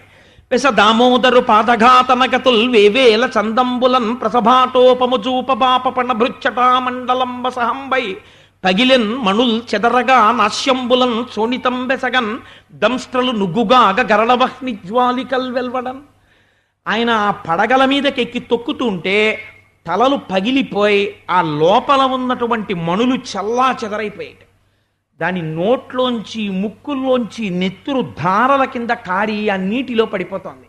నీరంతా అప్పటి వరకు విషంతో నల్లగా ఉన్న నీరు నెత్తురు పైన తెట్టు కింద కట్టి ఉంది. పాములోంచి వచ్చినటువంటి నెత్తురు శోషించిపోయి ఆ కాళీయుడు నీరసించి ఆ నీటిలో పడిపోయేటటువంటి స్థితి వచ్చింది. ఇప్పుడు ఆ కాళీయుని యొక్క భార్యలు ఉన్నారు చాలామంది. వాళ్ళు బిడ్డల్ని ఎత్తుకుని భగవంతుణ్ణి రక్షణ వేడడం అంటే ఎలా ఉంటుందో కాళీయమర్దనం నేర్పుతుంది మనకి. తమ చంటి పిల్లల్ని తీసుకొని ఒంటి మీద ఉన్నటువంటి ఆభరణాలు చిక్కుముడులు పడి చల్లాచెదరైపోతుండగా కొప్పుముడులు వీడిపోగా పూలు పెట్టుకున్నటువంటి పుష్పములు రాలిపోతుంటే ఒంటి మీద బట్ట సరిగ్గా ఉందో లేదో కూడా చూసుకోకుండా పరుగు పరుగున వచ్చి ఆ చంటి పిల్లల్ని కృష్ణుడి పాదాల దగ్గర పడుకోపెట్టి వాళ్ళు అన్నారు, క్రూరాత్ముల దండింపను దారునిపై అవతరించి దనరెడ్డి నీకి క్రూరాత్ముని శిక్షించుట క్రూరత్వము కాక సాధు గుణము గుణాఢ్యా. వాళ్ళు ఎంత సత్యం పలికారో చూడండి. ఈశ్వర, నువ్వు అంతటా నిండి ఉన్నవాడవు, అంతటా నిండి ఉన్నటువంటి పరమాత్మవి వాళ్ళ కృష్ణ భగవానుడిగా అవతరించావు. నువ్వు ఎందుకు వస్తావు అవతారం? పరిత్రాణాయ సాధూనాం వినాశాయ చ దుష్కృతాం. దుష్టులైనటువంటి వారిని దండించడానికి అవతారాన్ని స్వీకరిస్తావు. దుష్టులైన వారిని దండించడానికి వచ్చినటువంటి అవతారం దుష్టుడైనటువంటి మా భర్తని దండించకుండా ఎందుకుంటుంది? కాబట్టి దండిస్తావు. కాబట్టి నువ్వు చేసిన పని తప్పని కానీ మా వారిని అలా ఇబ్బంది పెడుతున్నావని కానీ ఆయన తలల మీద నువ్వు తొక్కేస్తున్నావని కానీ మేము ఒక్క మాటనం. కానీ ఒక్క మాట మాత్రం మేము చెప్పదలుచుకున్నాం.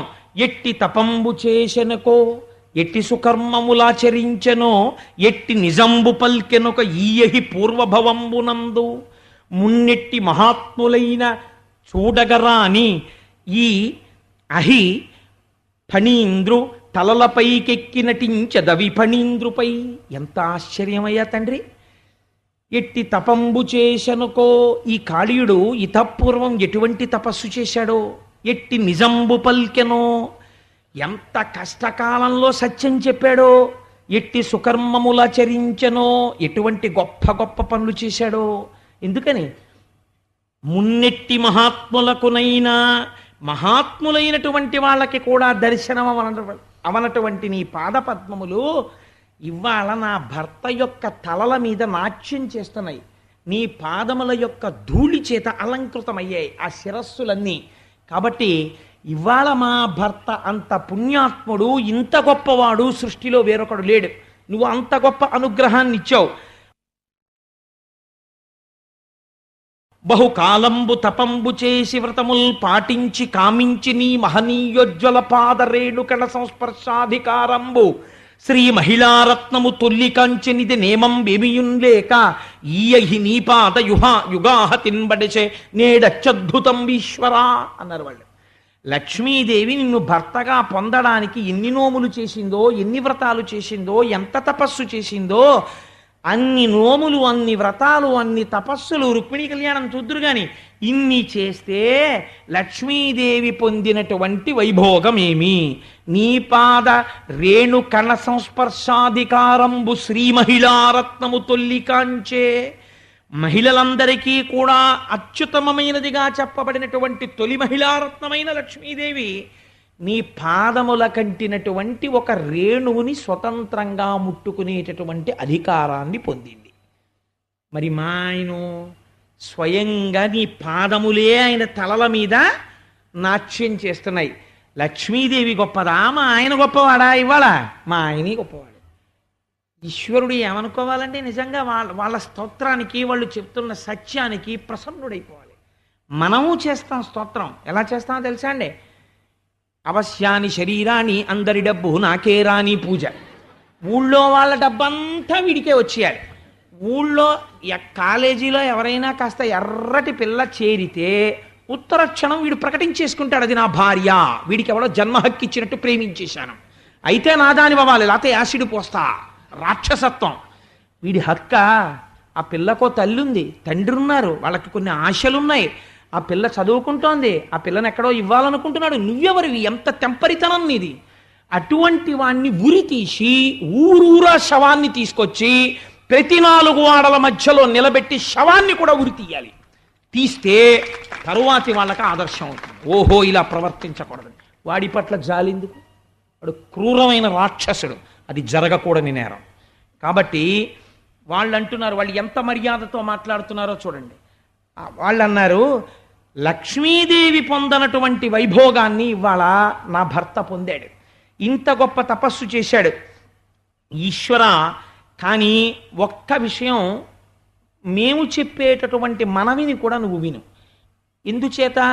మమ్ము పెండ్లి చేయు మా ప్రాణవల్లభు ప్రాణవిచ్చి కావు భక్తవరద, నీవు చేయు పెండ్లి నిత్యంబు భద్రంబు చిన్ననాటి పెండ్లి కాదు. మనం ఏదైనా కష్టం వచ్చిందనుకోండి, అసలు నిజంగా నేను ఆ మాట అనకూడదు, కానీ ఒక్కొక్కసారి భర్తకి ఏదో ప్రమాదం వస్తుంది, ఇబ్బంది వస్తుంది. నాకు అనిపిస్తుంది, కాళీయమర్దనంలో కాళీయుని భార్యలు ఏ మాట అన్నారో ఈశ్వరుడితో ఆ మాట అనగలిగితే భర్తకు ఆయుర్దాయం లభిస్తుంది. వాళ్ళు ఏమన్నారో చూడండి. మమ్ము పిండ్లి చేయు మా ప్రాణవల్లభు ప్రాణమిచ్చి కావు భక్తవరద. ఈశ్వర, మా తల్లిదండ్రులు ఈ కాళీయుడు చాలా బలవంతుడని, దీర్ఘాయుష్మంతుడవుతాడని, తన్నెవరూ ఎదిరించలేరని, చాలా ఐశ్వర్యవంతుడని ఇతనికి ఇచ్చి పెళ్లి చేశారు. మా 5వ మా పసుపు కుంకాలు ఇతని యొక్క ఆయుర్దాయంతో ముడిపడి ఉన్నాయి. ఆనాడు మా పెద్దవాళ్ళు పెళ్లి చేస్తే మాకు పసుపు కుంకాలు వచ్చాయి, 5వ వచ్చింది, మా మెడలో మంగళసూత్రం వచ్చింది. అవి ఉంటాయి అని వాళ్ళు అనుకున్నారు, ఉండవు అని నువ్వు తేల్చేస్తున్నావు. కానీ మేమంటున్నాం, నువ్వు అనాథనాథుడవు అంటున్నావు. నువ్వు అనాథలకే ప్రధానమైన నాథుడవు. నీవే అనాథల్ని ఎలా చేస్తావు మమ్మల్ని? కాబట్టి నువ్వు మమ్మల్ని అనాథల్ని చెయ్యకూడదు. వాడు దుర్మార్గుడు అయినా మా కోసం నువ్వేం చెయ్యాలో తెలుసా? ప్రాణమిచ్చి కావు భక్తవరద, చిన్ననాటి పెండ్లి కాదు, నీవు చేయు పెండ్లి నిత్యంబు భద్రంబు. స్వామి, ఇప్పుడు నువ్వు మాకు భర్తని ప్రదానం చేస్తే ఇది మాకు నిత్యము భద్రము. మా ఆయన పరిస్థితి మారుతుంది, బుద్ధిలో మార్పు వస్తుంది. ఈ దెబ్బతో పాపపు పనులు మాంతాడు, మా 5వ నిలబడుతుంది. అందుకని ఈశ్వర, ఇప్పుడు నువ్వు మాకిస్తున్న 5వ ఉందే, ఆనాడు మా నాన్నగారు కట్టించిన తాళి ఉంది, మా అమ్మాయి మెళ్ళలో తాళిని బాగా నిలబడాలని ఆర్తి చెంది మా నాన్న పెళ్ళికొచ్చి 5వ తొనమున్న ప్రతి ఆడదాని మెళ్ళో మంగళసూత్రం ఒకసారి పెట్టించాడు నాకు కట్టే ముందు. ఏమో ఏ తల్లి సర్వమంగళాదేవతని మంగళసూత్రంలో అంత ఉపాసన చేస్తోందో అందరి మెళ్ళల్లో పెడితే ఆ తాళిబొట్టులో ఉన్న సర్వమంగళాదేవత యొక్క పాద స్పర్శ తగిలి నా కూతురుకు కూడా పసుపు కుంకాలు పూర్ణంగా ఉంటాయని అంత కష్టపడి మా నాన్న మాకు తాళి కట్టించాడు. కానీ ఇవాళ నువ్వు మమ్మల్ని అనాథల్ని చేస్తున్నావు. నువ్వు అనాథనాథుడవు. ఆ పెళ్ళి కాదు నిజం. ఇప్పుడు నువ్వు మాకు కానీ పసుపు కుంకాలు భిక్ష పెడితే అది నిజం. అందుకే ఆడది ఒక్కటి మాత్రం ఇలా పుచ్చుకోదు తెలుసా అండి. పసుపు కాని కుంకం కాని పసుపు తాడు కాని పుచ్చుకుంటే ఇలా పుచ్చుకుంటారు. ఒడి చాపుతుంది. ఎంత కోట్లు ఉండనివ్వండి, ఈ దేశ సంస్కృతి అక్కడ ఉంది. ఎందుకనో తెలుసా అండి, ఇంటికి కోటీశ్వరరాలు రానివ్వండి, వెళ్ళిపోతుంటే అమ్మా బొట్టు ఉంచుతారు ఉండండి అమ్మా అన్నారు అనుకోండి, వెంటనే ఆగి బొట్టు పెట్టించుకుని పెడతారు. ఈ దేశంలో ఈ దేశానికి ఇంత పేరు ప్రఖ్యాతులు వచ్చాయంటే నేను వెనకేసుకొచ్చాను అనుకోకండి, ఆడవాళ్ళ యొక్క నడువడి చేతని. కోట్లు ఉండొచ్చు, అధికారాలు ఉండొచ్చు, ఐఏఎస్లు అవ్వచ్చు, అయినా వాళ్ళు మాత్రం బొట్టు కోసం అలా నిలబడిపోతారు. పసుపు తాడు కోసం క్యూలు కడతారు. ఇంత పసుపు కాళ్ళకి రాస్తామంటే పసుపు కుంకాల కోసం 10 మైళ్ళు నడిచి వెళ్ళిపోతామంటారు. అది ఈ జాతి సొత్తు. ఏమి గొప్పగా ఆవిష్కరించిందండి ఆడదాని గురించి భారతీయ తత్వం. ఎంత గొప్పగా మాట్లాడుతున్నారో చూడండి వాళ్ళు ఆ కాళీయుడి గురించి. మమ్ము పెండ్లిచే యుమ ప్రాణ వల్లభు ప్రాణమిచ్చి కావు భక్తవరద. భక్తులైన వాళ్ళ కోరికలు తీర్చేవాడా, ఇవాళ నువ్వు మాకు పతి భిక్ష పెట్టు అని అడిగారు. అడిగి వాళ్ళు ఒక మాట అన్నారు, ఈశ్వర ప్రతివారి యందు నువ్వు ఉంటావు, అందుకని నిన్ను పురుషుడు అంటారు. ఆ పురుషుడి లోపల జీవుని యందు పరమాత్మగా ఉంటావు. తెలియాండములన్నింటినీ బ్రహ్మాండంతో కలుపుతావు. కలపడానికి కాలస్వరూపంతో పెడతావు. అప్పుడు నిన్ను కాలనాథుడు అని పిలుస్తారు. అలా నువ్వు సృష్టి స్థితి లయ అని 3 చేస్తావు. అప్పుడు 3 మూర్తులుగా ఉంటావు. సత్వము రజస్సు తమస్సు అని 3 గుణములను సృష్టిస్తావు. ఈశ్వరుడు మాత్రమే ఉన్నాడు అన్న ఎరిక జ్ఞానము చేత కలిగితే దాన్ని తెలివి అంటారు. ఈశ్వరుణ్ణి మర్చిపోయి లోకం ఒక్కటే కనపడుతుంటే దాన్ని మరపు అంటారు. ఈ 2 నువ్వే కల్పిస్తావు. ఈశ్వర నీ అంత గొప్పవాడు ఎక్కడున్నాడు? నువ్వు బ్రహ్మాండములంతా నిండి నిబిడీకృతమైన వాడివి. కాబట్టి నీవు తలుచుకుంటే మాకు పతిభిక్ష పెట్టగలవు. కానీ ఒక్క మాట మేము చెప్తున్నాం, వీడు మంచివాడు కాబట్టి వదిలిపెట్టని మేము చెప్పట్లేదు. బాలుండీతడు ఈ మాట అంగీకరించగలగాలి. చేసిన పాపము లేకపోతే ప్రమాదము రాదు, ఖచ్చితముగా ఉన్నది, అనుభవమునకు వచ్చినది. ఆ మాట నువ్వు అంగీకరించు. ఈశ్వరుణ్ణి విస్మృతి లేకుండా అలాగే పట్టుకుని ఉండు. ఈశ్వరుడు రక్షిస్తాడు. ఆ పాపము అనుభవమునకు వచ్చినప్పుడు కూడా ఈశ్వరుడే రక్షిస్తాడు మళ్ళీ. కాబట్టి ఏమైంది? బాలుండీతడు మంచివాడనచు చెప్పన్ రాము, క్రూరుండు దుశ్శీలుండవునైన మేము, సుభగ శ్రీబాసి వైధవ్య దుష్టాలంకారము పొందనోడెదము, అనాథానాథ పాలింపవే అన్నారు. ఈ పద్యం అండి. అందుకే అసుర సంధ్య వేళలో కాళీయమర్దనం వినండి అంటారు. కారణం ఏమిటో తెలుసా అండి? పద్యాలకున్న శక్తి అది. అది విన్నంత మాత్రం చేత పసుకుంకాలు నిలబడతాయి. ఎటువంటి పద్యం చెప్పారో చూడండి వాళ్ళు. బాలుండీతడు, వీడు తెలియదండి పాపం చిన్నపిల్లాడు అని మేము అన్నాం. క్రూరుండు, వీడు పరమ కిరాతకుడు మా ఆయన. దుశ్శీలుండు, చాలా దుష్టమైన శీలము కలిగినటువంటి వాడు. అవును, అయినా మేము శుభగ శ్రీబాసి వైధవ్య దుష్టాలంకారము పొందనోడెదము. సౌమాంగళ్యమంతా తీసేస్తే విధవాలంకారం అవుతుంది, అది మాకొద్దు. వైధవ్యం అనబడేటటువంటి దుష్టాలంకారమును మాత్రం మేము పుచ్చుకోలేము ఈశ్వర, మాకొద్దు. నువ్వు ఉండేది దేని కొరకు? భక్తుల్ని అలంకరించడానికి, భక్తులకు ఐదోతనం ఇవ్వడానికి, మంగళం ఇవ్వడానికి ఉన్నవాడివి. మంగళమూర్తివి, నీ పాదహతి చేత మాకు అమంగళం జరగడమా? సృష్టిలో ఇలా జరగవచ్చా? జరగకూడదు. నువ్వు ఉండగా మంగళం జరగాలి, అమంగళం జరగకూడదు. మేము ప్రార్థన చేస్తున్నాం, అనాథానాథ పాలింపవే. మమ్మల్ని అనాథల్ని చేస్తావా? నువ్వు నాథుడవు, నీవు మాకు నాథుణ్ణి మిగిల్చు. మాకు పసుపు కుంకాలు మిగల్చు, మా పసుపు కుంకాల కోసం వీణ్ణుంచు. ఎంతమా ఇప్పుడు వాడు బతికినట్టా చచ్చినట్టా నాకు చెప్పండి. ఇప్పుడు వాడు మారాలా వద్దా? ఇప్పుడు వాడు స్తోత్రం చేశాడు కాళీయుడు. ఇది ఆడది మొగుణ్ణి మార్చుకోవడం అంటే. ఇప్పుడు ఆయన అన్నాడు, ఈశ్వర తప్పు నాదే, నేను ఎక్కడ తప్పు చేశానో నాకు తెలుసు. ఇవాళ ఇంత ప్రమాదం నాకు ఎక్కడి నుంచి వచ్చిందో నేను గ్రహించగలిగాను.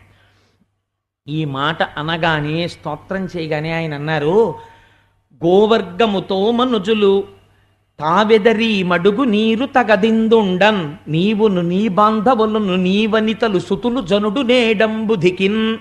ఒరే, ఇక్కడ ఆవులు దూడలు పిల్లలు తిరుగుతుంటారు. ఇలాంటి వాళ్ళు తిరిగేటప్పుడు దాహం వేస్తే గభాన్ల తాగేస్తాయి. నీ వంటి ప్రమాదికారి ఇందులో పడుకుంటే నీళ్లు విషం అవుతాయి. నువ్వు ఇక్కడ ఉండద్దు, తిరిగి పూర్వం ఎక్కడ రమణక ద్వీపంలో ఉండేవాడో అక్కడికి వెళ్ళిపో. నీ భయం నాకు తెలుసు, రమణక ద్వీపానికి వెడితే గరుడు నిన్ను చంపేస్తాడు. నీకు ఆ భయం లేకుండా ఇవాళ నుంచి నీ జాతి మొత్తానికి మీ పడగల మీద కృష్ణపాదాలు ఉంటాయి. మీరు పడగ విప్పగానే కృష్ణపాదాలు కనపడతాయి. కృష్ణపాదం కనపడితే గ్రద్ద మిమ్మల్ని తన్నదు, గరుడు మిమ్మల్ని ఏం చెయ్యడు. వెళ్ళిపో రమణక ద్వీపానికి అన్నాడు. అనగానే నమస్కారం చేసి తేనె, మధుర పదార్థాలు, మంచి మంచి హారాలు, పట్టుబట్టలు ఇవన్నీ తెచ్చి కృష్ణ భగవానుడికి బహూకరించి కాళీయుడు తన స్నేహితులతో, బంధువులతో, భార్యలతో, బిడ్డలతో ఆ సరస్సు విడిచిపెట్టి మళ్ళీ రమణక ద్వీపానికి వెళ్ళిపోయాడు. ఇది కాళీయమర్దనం. అయితే దీని గురించి ఒక మాట అన్నారు. ఈ కాళీయమర్దనాన్ని ఉభయ సంధ్యల యందు ఎవరు వింటున్నారో ప్రాతకాలంలోనన్నా వినాలి, ఒక సాయంకాలం అన్నా వినాలి. ఈ రెండు సమయాలలో ఎవరు వింటున్నారో వాళ్ళకి ఇన్నాళ్ల నుంచి కాళీయుడులా లోపల పట్టిన విషయము పోతుంది. బాహ్యమునందు కాళీయమర్దనం విన్న వాళ్ళని పావులు కరవవు. అది వరం కృష్ణ భగవానుడిది. కాబట్టి ఈ వరం ఇచ్చారు. కానీ ఇందులో మీరు తత్వాన్ని ఒకదాన్ని గ్రహించాలి, లేకపోతే ఆ లీలకు అర్థం ఉండదు. కాళీయుడంటే ఎవరో కాదు, మనమే కాళీయుడు. మనకి హృదయ క్షేత్రము నుంచి ఈ బాహ్య నేత్రానికి దొరకవు. ఆపరేషన్ చేస్తే కనపడతాయా అంటే కనపడవు. 101 నాడులు బయలుదేరతాయి యోగశాస్త్రంలో. అవి జ్ఞానభూమికలు అంటారు. అవి మనకి జ్ఞాన ప్రసరణ కేంద్రములుగా ఈశ్వరుడు ఇస్తాడు. వీటిని మీరు సద్బుద్ధితో వాడుకున్నారనుకోండి, అందరి యందు ప్రేమతో, భగవంతుని యందు భక్తితో ఉండగలరు. ఈ జ్ఞాన ప్రసరణ కేంద్రములలోంచే మేధస్సుకి ఆ జ్ఞానము ప్రసరణ జరుగుతుంది. ఇప్పటికీ నాడీమండలము అన్న మాట డాక్టర్లు వాడతారు. కానీ ఈ లోపలికి ఎవరొచ్చి కూర్చున్నారంటే కాళీయుడు వచ్చి కూర్చున్నాడు. ఈ కాళీయుడికి ఒక రహస్యం ఉంది. ఈయన మొదట రమణక ద్వీపంలో ఉండేవాడు. రమణ అన్న మాటకి మనకి శబ్దరత్నాకరము అని తెలుగు మాటలకి అర్థం చెప్పగలిగినటువంటి ప్రామాణికమైన గ్రంథం ఒకటి ఉన్నది. ఎప్పుడైనా అనుమానం వస్తే ఆ పుస్తకం చూస్తాం. సంస్కృతానికైతే అమరకోశం చూస్తాం. శబ్దరత్నాకరం ఒక అర్థం చెప్పింది. ఏది ఒప్పయినదో దానికి రమణకమని పేరు. అంటే ఎలా ఉండాలో అలా ఉంటే అది రమణకం, అలా ఉండకపోతే అది రమణకం కాదు. ఇప్పుడు ఆయన ఎక్కడ ఉండేవాడు మొదట అంటే రమణక ద్వీపంలో ఉండేవాడు. కానీ అక్కడ ఒక నియమం ఉంది. ఏమిటా నియమం? పాములంటే భయం అక్కడ ఉన్న వాళ్ళకి. అందుకని వాళ్ళు ఏం చేసేవారు, ప్రతిరోజు కూడా కొంతమంది పట్టుకెళ్ళి, ఒక్కొక్క ఇంటి వాళ్ళు పట్టుకెళ్ళి కాస్త తేనె, ఏదో కాస్త చలివిడి, కాస్త చిమ్మిలి ఇవి పెట్టేవారు. ఆ పాములు వచ్చి అవి తినేసి వెళ్ళిపోయేవి. ఎవ్వరి జోలికి వచ్చేవి కావు. ఒక రోజున కాళీయుడి వంతు వచ్చింది. ఒరే, నువ్వు కూడా కాస్త చిమ్మిలి, చనివిడి, కాస్త తేనె పెట్టరా అన్నారు. ఎవరికి పెట్టాలన్నాడు. ఆ దేవతలు గరుడు వస్తాడు, గరుడుకి పెట్టాలి బలిహారం. పాములకు కాదు, పాములే వాటికి పెడుతున్నాయి. కాబట్టి గరుడు వస్తాడు, గరుడుకి పెట్టాలరా, గరుత్మంతుడికి పెట్టమన్నారు. ఆయన అన్నాడు, గరుత్మంతుడు ఎవరు? గరుత్మంతుడికి ఎందుకు పెడతాను, నేను పెట్టను, నేను బలవంతుడిని అన్నాడు. అంటే అయితే నీ కర్మ అన్నారు వాళ్ళు. గరుత్మంతుడు నిజంగా వచ్చి ఎవరు పెట్టలేదు నాకు ఇవ్వాలని అడిగాడు. కాళీయుడు పెట్టలేదన్నారు. కాళీయుడి మీదకి గరుత్మంతుడు వెళ్ళే లోపల గరుత్మంతుడి మీదకి కాళీయుడు వెళ్ళాడు. వెళ్ళి 101 పడగలెత్తి ఆయన ఎడమ రెక్క మీద కాటు వేశాడు. వేస్తే ఎక్కడ లేని కోపం వచ్చింది గరుత్మంతుడికి. వెంటపడి తరిమి తన రెక్కతో కొట్టాడు. కొడితే వాడి ఒళ్ళంతా బద్దలైపోయి నిత్తురు వరదల కింద కారిపోయింది. కారిపోతే వెనక గరుత్మంతుడు తరుగుతున్నాడని వాడికి ఒక్కడికే తెలుసు రహస్యం. వాడి పారిపోయి సౌభరి తపస్సు చేసినటువంటి కాళింది మడుగులో దూరిపోయాడు. అక్కడికి ఎందుకు దూరిపోయాడు అంటే సౌభరి ఆ సరస్సులో నిలబడి తపస్సు చేస్తున్నాడు. చేపలన్నీ ఆయన చుట్టూ తిరుగుతూ ఉండేవి. ఒక రోజున గరుత్మంతుడు వచ్చి చేపల రాజుని ఎత్తుకుపోయి తినేశాడు. తపస్సు చేసేటటువంటి మహర్షుల మనస్థితి ఎంత ప్రేమతో ఉంటుందంటే వాళ్ళకి చేపకి కష్టం వచ్చినా బాధే, కుక్కకి కష్టం వచ్చినా బాధే. వాల్మీకి రామాయణం ఎందులోంచి వచ్చిందండి? మీరు విన్నారు కదా. అందుకని ఒక బోయవాడు పక్షిని కొడితే రామాయణం వచ్చింది. మహర్షి యొక్క మనస్సు అలా ఉంటుంది. కాబట్టి ఆయన వెంటనే శపించారు. నిష్కారణంగా సంసారం చేస్తూ సంతోషంగా ఉన్న చేపలలో ఒక చేపని అపహరించి తిన్నావు కాబట్టి గరుత్మంతుడా నువ్వు ఎప్పుడైనా ఈ సరస్సు దగ్గరికి వస్తే మృత్యువును పొందుతావు అన్నాడు ఆయన. అందుకని గరుత్మంతుడు రాడు కాబట్టి కాళీయుడు చేరాడు. ఇది కథ. ఇప్పుడు ఏం చేశాడు? కృష్ణ భగవానుడు నాట్యం చేసి పడగల మీద తన పాదముల ముద్ర ఉంచితే తప్ప మళ్ళీ రమణక ద్వీపానికి వెళ్ళలేకపోయాడు. ఇందులో మన కథ మనం తెలుసుకోవాలి. మనం అందరం పుట్టినప్పుడు రమణక ద్వీపంలో పుట్టాం. అంటే ఈశ్వరుడు ముందు రమణకం ఇస్తాడు, అంటే ఈ శరీరాన్ని ఇస్తాడు. స్వామి మళ్ళీ ఒక్క జన్మ ఈ స్వామి, మళ్ళీ ఒక్క శరీరం ఈ స్వామి, ఈ మాట వెళ్ళి బుద్ధిగా ఉంటాను స్వామి అని ఏడిస్తే ఇచ్చాను పో అని మనుష్య శరీరంలోకి ప్రవేశపెట్టి బయటికి తోసేస్తాడు. ఇప్పుడు ఇది రమణక ద్వీపం. దీంతో మీరు హాయిగా చేతులతో పూజ చేసుకోవచ్చు, కాళ్ళతో గుళ్ళోకి వెళ్ళచ్చు, చెవులతో భాగవతం వినొచ్చు, నోటితో ఈశ్వరనామం చెప్పుకోవచ్చు, హాయిగా భగవంతుణ్ణి లోపల స్మరించుకుంటూ సంతోషంగా ఉండొచ్చు. వీడేం చేస్తాడంటే అన్ని సంసారంలో ఉండి సుఖంగా హాయిగా ఉంటూ దేవతలకి తాను పెట్టవలసిన భాగం దేవతలకి పెట్టాలి, పితృదేవతలకి పెట్టవలసిన తద్దినం పితృదేవతలకి పెట్టాలి. వీడు ఏవి మానేస్తాడంటే గరుడు ఎవడరా అంటాడు. గరుడు అంటే వేదం. మీరు విన్నారు కదా, గరుడు వస్తుంటే వేదం వినబడుతుంటుంది. వేదము చెప్పింది ధర్మం ఇలా ప్రవర్తించు, నువ్వు అనుభవించడం కాదు, నువ్వు ఇంట్లో అనుభవిస్తుంటే కనీసంలో కనీసం ఇంత బెల్లపు గడ్డైనా పూజ గదిలో పెట్టి రోజు ఒక్కసారి నివేదన చేసి ఇంత ముక్క కళ్ళకద్దుకుని నోట్లో వేసుకో అని చెప్పింది. వీడేం చేస్తాడు? గరుడు తద్దినాలేంటి, దేవతలేంటి, అగ్నిహోత్రాలేంటి, యజ్ఞాలేంటి, యాగాలేంటి, రుక్మిణీ కళ్యాణాలేంటి అని వీడు తిరగబడతాడు. తిరగబడితే గరుత్మంతుడి మీద తిరగబడ్డాం, నేను ఇవ్వను బలిహరణం అన్నాడు. గరుత్మంతుడు ఏం చేశాడు? సావబొడిచాడు. దేవతలు ఏం చేస్తారు? ఆగ్రహాన్ని ప్రదర్శిస్తారు. ఏమవుతుంది? ప్రమాదం వస్తుంది. ఇప్పుడు ఏం చేస్తాడు? అక్కడే ఉండి మళ్ళీ దేవతారాధన చేస్తే చిన్నతనం. అందుకని ఎవరెవరు దేవతారాధనమునకు ఇష్టపడరో అలాంటి చోటుకు పోతాడు. అందుకని ఎక్కడికి పోయాడు? కాళింది మొడుక్కి పోయాడు. పోయి అక్కడ దూరాడు. దూరి ఏం చేస్తున్నాడు? లోపల మార్పు రాలేదు, విషం కింద తయారు చేస్తున్నాడు ఆ మడుగుని. ఇప్పుడు ఇక్కడున్న ఈ 101 నాడులు జ్ఞాన ప్రసరణ కేంద్రాలు, వీటి నిండా ఈశ్వర తిరస్కార బుద్ధితో నింపుకున్నాడు. నా అంత వాణ్ణి నేనంటున్నాడు. అంటే విషంతో నిండిపోయే ఇవే 101 పడగలు. ఇప్పుడు భయంకరమైన అపచారం ఒకటి జరిగితే తప్ప ఈ విషయాన్ని మళ్ళీ వెనక్కి తీయడు ఈశ్వరుడు.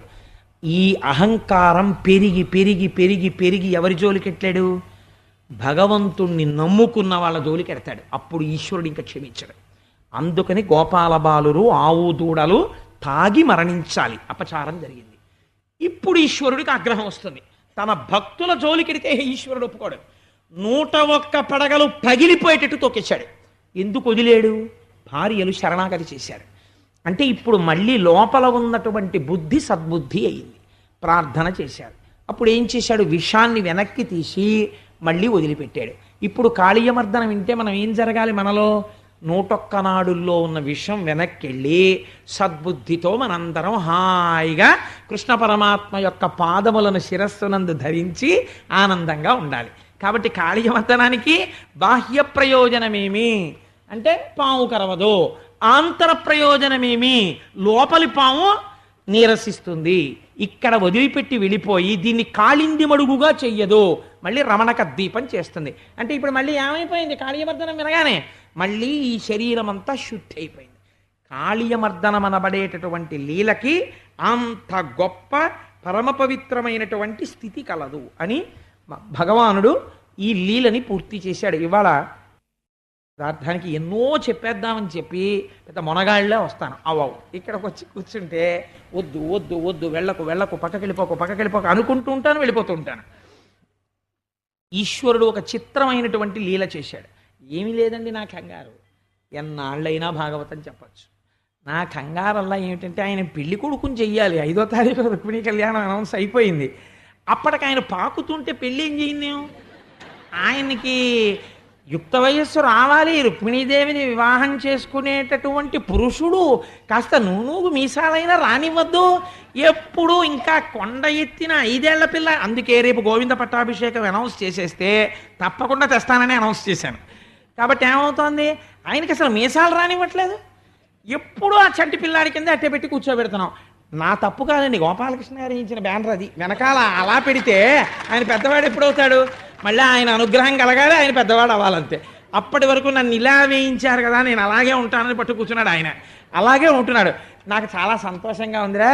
పైగా వేయించడం కూడా చూడండి, చక్కగా వెన్నముద్దట్టుకుని పోనీ అటు చూస్తున్నాడా, సభకేసి చూస్తూ, ఇంతమందిని చూస్తూ నా వెనక వాడుండి చెప్పిస్తున్నాడు. పలికెడిది భాగవతమట పలికించు విభుండు రామభద్రుండట. ఆ వెనక సీతారాములు కృష్ణ భగవానుడు పాకుతున్నవాడే నడిపిస్తుంటే నేను పెళ్లి కొడుకుని ఇప్పుడు చేయనండి. అందుకని స్వామి తొందరగా పెళ్లి కొడుకు అని కోరుకుంటున్నాను. ఇప్పుడు ఈశ్వరుడు ఒక గమ్మత్తైనటువంటి లీల చేశాడు. అందులో ఒకనాడు కృష్ణుడు బలరాముడు అందరూ కలిసి ఆడుకుంటుంటారు. వీళ్ళు ఆడుకోవడంలో పొద్దు పోలేదనుకోండి, ఏదో చిత్ర విచిత్రమైనటువంటి ఆటలు ఆడుకుంటుంటారు. ఎప్పుడూ ఒకేలా ఉంటే ఏం తోస్తుంది? అందుకే సమయము పొద్దు పోని చోట పెద్దరికంతో ఉండకూడదు. ఇప్పుడు మీ అందరితో కలిసి ఇందులో లేకపోతే ఓ 150 మందితో కలిసి నేను వెంకటాచలం వస్తున్నాను అనుకోండి, వస్తుంటే మిమ్మల్ని అందరినీ భయపెట్టేసి ఖాళీ మర్దనం చెప్తాను హుష్ అనకూడదు. మీతో అంత్యాక్షరి ఆడాలి సరదాగా. ఎందుకనంటే అది సమయాన్ని ఉత్సాహంగా కాసేపు పొద్దుపుచ్చాలి. లోపల ఈశ్వరుణ్ణి గట్టిగా పట్టుకుని కాసేపు సరదాగా వినోదంగా నడిపించచ్చు. ఎవరి మనస్సు ఖేదపడకుండా సరదాగా గడపాలి. కృష్ణ భగవానుడు కూడా అది చేసి చూపించాడు. ఎంత చిత్రమే అంటే, ఏమంటే అంత్యాక్షరీలు కూడా ఆడుతూ ఉండాలా అని అనకండి, నేను అదే ఉదాహరణకి చెప్పాను అంతే. కాబట్టి ఆ పిల్లలందరినీ తీసుకుని ఒక రోజున మనందరం ఆడుకుందాంరా, ఇలా ఎంతసేపు మనకి తోస్తుంది, 2 టీములు కింద వేసుకుందాం. బలరాముడు ఒక టీంకి కెప్టెన్, నేను ఒక టీంకి కెప్టెన్. ఇప్పుడు మనం చిన్నతనంలో ఆడిన ఆటలే అవి. పిల్లలందరూ వస్తారు, కెప్టెన్స్ ఏం చేస్తారంటే ఎంచుకుంటారు, ఒక ఆట ఆడదామన్నారు. ఇద్దరూ ఎంచుకోవడం మొదలు పెట్టగానే కృష్ణుడు చాలా చమత్కారి. అన్నయ్య అన్నయ్య నీతో చిన్న మాట మాట్లాడాలి, ఇలా రా అన్నాడు. ఏంట్రా తమ్ముడు అని గబగబా వెళ్ళారు. ఇద్దరు చూడముచ్చటగా ఉంటారు, ఒక ఆయన తెల్లటైనా ఒక ఆయన నల్లటైనా. ఇద్దరు చెట్టు పక్కకి వెళ్ళారు.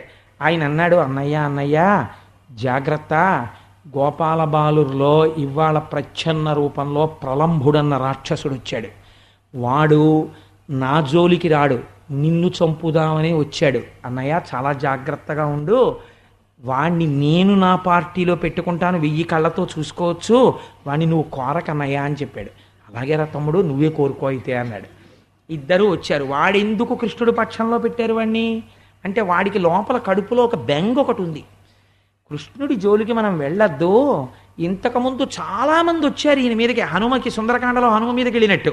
వచ్చిన వాళ్ళు మడిసిపోవడమే కానీ కృష్ణుణ్ణి ఏదో ప్రమాదం తెచ్చినవాడు ఎవడు లేడు. కాబట్టి కృష్ణుడి జోలికి వెళ్ళడం కన్నా బలరాముడి జోలికి వెడితే తేలికే. బలరాముడికి ఏదైనా ప్రమాదం చేసేస్తే అన్నగారిని విడిచిపెట్టి ఉండలేక కృష్ణుడు ప్రమాదాన్ని తనే తెచ్చేసుకుంటాడు. కాబట్టి బలరాముడికి ఏదైనా ప్రమాదం తెద్దామని వాడు ఆలోచనలో ఉన్నాడు.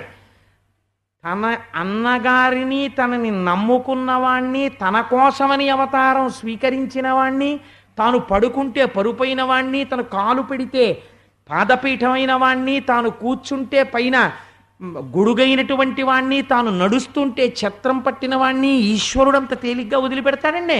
1000 కళ్ళతో కాసుకుంటాడు తనవారన్న వాళ్ళని. అందుకని ప్రలంభుడు నా పార్టీ అన్నాడు. ఈ ప్రలంభుడిని తన పార్టీలో పెట్టుకున్నాడు. ఆట ప్రారంభమైంది. ఏమిటి ఆట అంటే, ఏదో కొన్ని లక్ష్యములను పెట్టుకుంటారు. ఏదో అదిగో ఆ స్తంభము, ఆ ఆకు, ఆ కర్ర, ఒక్కొక్కళ్ళకి 5 రాళ్ళు ఇస్తారు. మీ పార్టీలో వాళ్ళు కొడతారు, మా పార్టీలో వాళ్ళం కొడతాం. ఎవరు లక్ష్యాన్ని ఎక్కువ మంది కొడతారో వాళ్ళు గెలిచినట్టు, ఎవరు ఎక్కువ మంది కొట్టలేరో వాళ్ళు ఓడిపోయినట్టు. ఓడిపోయిన వాళ్ళు ఏం చేయాలి? గెలిచినటువంటి వాళ్ళని మొయ్యాలి. ఇది అక్కడ ఉన్నటువంటి షరతు. ఇప్పుడు కృష్ణుడి పార్టీలో ప్రలంభుడు ఉన్నాడు. కృష్ణుడి బృందం ఓడిపోయింది ఆ రోజున. బలరాముడి బృందం గెలిచింది. కాబట్టి ఇప్పుడు బలరాముడు ఏం చేయాలి? బలరాముడి బృందాన్ని కృష్ణుడి బృందం మొయ్యాలి. ఇప్పటి వరకు నిశ్శబ్దంగా ఉన్న ప్రలంభుడు గబగబా వచ్చన్నాడు, బలరాముణ్ణి నేను మోస్తానన్నాడు. అర్థమైంది బలరాముడికి. సరే మొయ్యి అన్నాడు. ఒక నియమం పెట్టారు, ఎవరు ఎవరిని మోసినా అదిగో గీత గీసాం, ఆ గీత వరకు మోసుకెళ్ళి అక్కడ వదిలేయాలి, చాలు, అంతకన్నా మొయ్యకూడదు. అక్కడ వరకు మొయ్యలేరని ఇలా ఎక్కించుకు దింపకూడదు, అక్కడ వరకు మొయ్యాలి, ఇది నియమం అన్నాడు. సరే అన్నాడు. ప్రలంభుడు బలరాముణ్ణి ఎక్కించుకున్నాడు. అబ్బా పర్వతవంత ఉన్నాడు ఏమిట్రా అనుకుంటున్నాడు. మోసము లేక వాని పెను మూపున నుండుచు ఆ హలాయుధుండా సమయంబునంకనియే హాతకరత్న కిరీట కుండలోద్భాసిత మస్తకన్ భృకుటి భాసుర దారుణ నేత్రు ఉగ్ర దంష్ట్రాసహితున్ ప్రలంబును శౌర్య విలంబు మదావలంబునన్. ఆ పరిగెడుతున్నవాడు గీత దాటి వెళ్ళిపోతున్నాడు. ఆగు ఆగు అంటున్నాడు పైన కూర్చున్న బలరాముడు. వాడు ఆగట్లేదు, వెళ్ళిపోతున్నాడు. వెళ్ళిపోతూ ఇంకా బాలుడి రూపంలో మొయ్యలేని రాక్షసుడైపోయాడు. ఒక్కసారి నల్లగా ఉన్న రాక్షసుడు, వాడి ఒంటికి పెట్టుకున్న బంగారు ఆభరణాలు, ఆయన మీద కూర్చున్న తెల్లటి బలరాముడు చూశాడు. బలరాముడు ఆగు ఆగు అంటే ఆగట్లేదు. తమ్ముడు చెప్పాడు, నిన్ను చంపడానికే వచ్చాడన్నయ్యా అని ముందే చెప్పేశాడు. కాబట్టి ఏ భయం లేకుండా బలరాముడు ఒక్క గుద్దాడు వాడి శిరస్సు మీద. వాడి తల బ్రద్దలైపోయి నేలబడి మరణించాడు. బలవంతుడగు ప్రలంబుడు బలిముష్టిని నిహతుడైన బ్రతికితి మనుచున్ బలసూదనాది విజులు బలుపై కురిపించిరి పూల వృష్టిన్. ఎప్పుడైతే ప్రలంబుడి యొక్క శిరస్సు బద్దలగొట్టేశాడో, నెత్తురు కారిపోతూ ప్రలంబుడు మరణించాడో, పైనుంచి దేవతలు బలరాముడి మీద పుష్పవృష్టి కురిపించినారు అని ఈ లీల పూర్తి చేశారు. కానీ ఈ లీలలో మనం తెలుసుకోవలసినటువంటి గొప్ప ఆధ్యాత్మిక రహస్యం ఒకటి ఉంది. ఏమిటో తెలుసా అండి? సాధారణంగా భగవంతుణ్ణి ఏమీ చెయ్యలేక భగవంతుని యొక్క భక్తుల్ని హింసించేటటువంటి ప్రయత్నం కొంతమందిలో ఉంటుంది. ఆయనకి ఏ పాపం ఎరగడు, ఆయన ఈశ్వరుణ్ణి నమ్మి ఉంటాడు. కాబట్టి ఈశ్వరుణ్ణి నమ్మి ఉన్నటువంటి వాళ్ళని హింస పెట్టడం, వాళ్ళని బాధ పెడుతూ ఉండడం, ఇలాంటివి ఏమవుతాయంటే భగవంతుడే వాడి యొక్క మృత్యువునకు మార్గమును తెరుస్తాడు. తెరిచి ఈ భక్తుణ్ణి ఆయనే రక్షించుకుంటాడు. బలరాముణ్ణి కృష్ణుడు రక్షించుకున్నట్టు. 2, మనం దేవాలయంలో దర్శనానికి వెడతాం. చాలామంది ఒక పొరపాటు చేస్తుంటారు. దేవాలయంలో దర్శనానికి వెళ్ళినప్పుడు ప్రధానమైనటువంటి నియమాలు కొన్ని ఉంటాయి. అవి లేకుండా చేసినటువంటి దర్శనాన్ని దర్శనం కింద లెక్కలో వెయ్యరు. ఒకటి ఏమిటో తెలుసా అండి? దేవాలయ దర్శనానికి లోపలికి వెళ్ళగానే మొట్టమొదట చేయవలసినటువంటి పని రాజద్వారం దగ్గర వంగి నమస్కరించి లోపలికి వెళ్ళాలి. ఎందుచేత అంటే మహాభాగవతులై భగవంతుణ్ణి నమ్ముకున్న వాళ్ళు ఎవరుంటారో వాళ్ళు కోరుకుంటారు, ఈశ్వర నిన్ను దర్శించడానికి వచ్చేటటువంటి భక్తుల యొక్క పాదముల నుండి పడేటటువంటి ధూళికణములు మా శిరస్సు మీద పడాలి, అందుకని మేము మొదటి గడపలగా ఉంటామని అడుగుతారు. వారి మించి చెప్పులతో దాటితే ఉత్తర జన్మలో ఏం చేస్తారో తెలుసా అండి? దానికి ఒక్కటే శిక్ష, కాళ్ళు లేని వారిగా పుట్టిస్తారు. వాళ్ళకి గమనం ఉండదు. నేను అబద్ధం చెప్పట్లేదు, మీరు శైవాగమం చూడొచ్చు. 2, ఈశ్వరుడి ముందుకు వెళ్ళినప్పుడు ఇలా అంటే ఒక చేతిని తీసేస్తారు ఉత్తర జన్మలో, బాహువుని తీసేస్తారు, ఒక బాహువుతోనే ఉంటాడు. ఈశ్వరుడి ముందు ఇలాగే నమస్కరించాలి. 2, ఈశ్వర దర్శనానికి వెళ్ళేటప్పుడు ఎప్పుడూ కూడా పరివార దేవతల్ని వదిలిపెట్టి వెళ్ళకూడదు. ఈశ్వరుడి చుట్టూ ప్రదక్షిణ మార్గంలో పరివార దేవతలు ఉంటారు. తాను దర్శనమన్నా చెయ్యాలి, లేదా పరివార దేవతలందరి తరపున ఎవరో ఒకరి దర్శనం చేసి అందరికీ మనసులో నమస్కారం చేసి ప్రధానమూర్తి దర్శనానికి వెళ్ళాలి. అసలు అందుకే పూర్వం దేవాలయం కడితే శివాలయం అయితే నాయనారులు ఉండేవారు, 63 మంది నాయనారులు ఉండేవారు. అలాగే విష్ణువాలయం అయితే 12 ఆళ్వార్లు ఉండేవారు. ఆళ్వార్లు నాయనార్లు అంటే వాళ్ళు భగవంతుని యొక్క కృపచేత వృద్ధిలోకి వచ్చినటువంటి వాళ్ళు. ముందు వాళ్ళ దర్శనం చేసి భగవంతుడి దర్శనానికి వెడతారు. వెళ్లే ముందు ధ్వజస్తంభానికి నమస్కారం చెయ్యాలి, వేద ప్రమాణాన్ని అంగీకరించినట్టు. ఈశ్వరుడి దగ్గరికి వెళ్ళి మౌనంగా నిలబడి నమస్కారం చెయ్యాలి. ఈశ్వరుడి దగ్గర ఒకరు నిలబడి నమస్కారం చేస్తుండగా వారి పాదాలకి నమస్కారం చేయకూడదు. ఎందుకంటే ఆయన పుచ్చుకున్నాడు అనుకోండి, ఆయన అపచారం చేసినట్టు అవుతుంది. ఈశ్వరుడా ఈయన పెద్ద, కాబట్టి ఆయన ఏం చెయ్యాలి? వారి తెలియక చేస్తున్నారు, ఈశ్వర ఈ నమస్కారం నువ్వు పుచ్చుకో అంటుండాలి మనసులో. కాబట్టి వారిని అలా ఇబ్బంది పెట్టకూడదు. దేవాలయంలో భగవంతుని ముందు నిలబడి ఉండగా వేరొకరికి నమస్కారం చేయవలసిన అవసరము లేదు. ఆ నమస్కారం ఈశ్వరుడికే చెందుతుంది. కాబట్టి భగవద్భక్తులను హింసించడం, భగవద్భక్తుల్ని తిరస్కరించడం, భగవంతుని పట్ల ప్రేమగా ఉన్నట్లు నటించడం పరమ ప్రమాదకరము. దానివల్ల ఈశ్వరానుగ్రహాన్ని పొందరు. అందుకే పూజ చేశారనుకోండి, ఒక మాట చెప్తారు, తద్వామభాగస్థిత శచీ పురంధరాభ్యాం నమః. అమ్మా, ఇంద్రుడు శచీదేవితో నీ తూర్పు పక్కన కూర్చుని ఉన్నాడు. అరుంధతి వశిష్టాభ్యాం నమః, సర్వేభ్యో మహాజనేభ్యో నమః. ఇక్కడ ఎందరో పెద్దలు కూర్చున్నారు, బ్రాహ్మణులు కూర్చుని ఉన్నారు అని అక్షతలు తీసుకుని యజమాని బ్రాహ్మణుల మీద వేస్తాడు, తల మీద. అలా వేయడం ఏమిటండి? ఈయన వెయ్యొచ్చా వాళ్ళకి ఆ అక్షతలు? అంటే గౌరవంతో నమస్కారం చేశాడు. ఇంతమంది మధ్యలో ఉన్న ఈశ్వరుడు ప్రసన్నమూర్తి అయి ఉంటాడు. నమోస్తు రామాయ సలక్ష్మణాయ, లక్ష్మణునితో కూడిన రాముడు ప్రసన్నుడై ఉంటాడు. అలాగే ఓ శివ పూజ చేశారనుకోండి, ఓం ఓం ఓం ఓం నంది భృంగిరట వీరక వీరభద్రచండీశ్వర ప్రమద ముఖ్య మహాగణేభ్య అని ఆయన చుట్టూ ఉండేటటువంటి ప్రధాన పరివార దేవతల్ని ఘంటానాదం చేస్తూ పిలుస్తారు. వాళ్ళందరికీ ముందు నమస్కారం చేసి అప్పుడు ఈశ్వరుడికి నమస్కారం చేస్తారు. అప్పుడు ఆయన ప్రసన్నుడవుతాడు. భాగవతులను, భగవంతుణ్ణి నమ్మి దేవాలయాల్లో ఉన్నటువంటి వారిని ఉపేక్షించి ఈశ్వరుడికి నమస్కరిస్తే ఈశ్వరుడు దాన్ని స్వీకరించడు. కాబట్టి బలరాముణ్ణి చంపి కృష్ణుడు చచ్చిపోతాడనుకున్న ఊహ ప్రలంబుడిది ఎంత ప్రమాదకరమో, భగవద్భక్తుల జోలికి మనం వెళ్ళగలం, వాళ్ళని ఉపేక్షించచ్చు, వాళ్ళని ప్రమాదంలోకి తీసుకెళ్ళచ్చు. భగవంతుణ్ణి ఏం చేయలేం కానీ భక్తుల్ని చేయగలం అనుకోవడం అంత అవివేకం. ఈశ్వరుడు భక్తుల్ని కంటిని రెప్ప కాపాడినట్టు కాపాడుతూనే ఉంటాడు. వారికి సర్వకాలముల యందు ఈశ్వర రక్ష ఉంటుంది. వాళ్ళ పట్ల చెనకే ప్రవర్తనతో ఉన్నవాణ్ణి ఈశ్వరుడు చెనకుతాడు.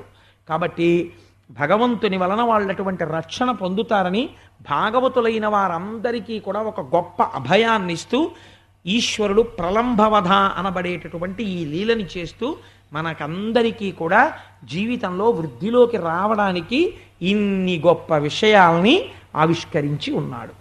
గోకులనందన గోవింద, పశుపాలక శ్రీ గోవింద,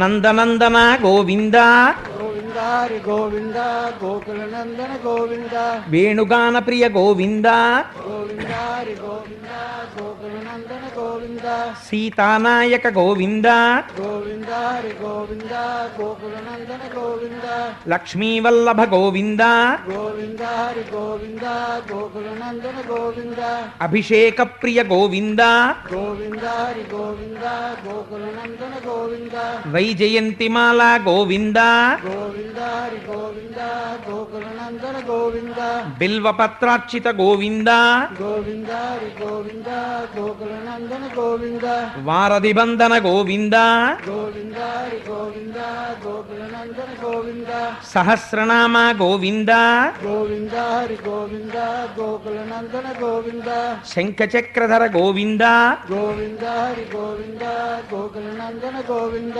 రామానుజనుత గోవింద, గోవిందారి గోవింద గోకులనందన గోవింద, ఆశ్రితపక్ష గోవింద, గోవిందారి గోవింద గోకులనందన గోవింద, ఆనందరూప గోవింద, గోవిందారి గోవింద గోకులనందన గోవింద, తిరుమలవాస గోవింద, గోవిందారి గోవింద గోకులనందన గోవింద, శ్రీ శ్రీనివాస గోవింద, గోవిందారి గోవింద గోకులనందన గోవింద, శ్రీ వెంకటేశ గోవింద. గోవిందారి గోవింద గోకులనందన గోవింద. సర్వం శ్రీ ఉమామహేశ్వర పరబ్రహ్మార్పణమస్తు. స్వస్తి.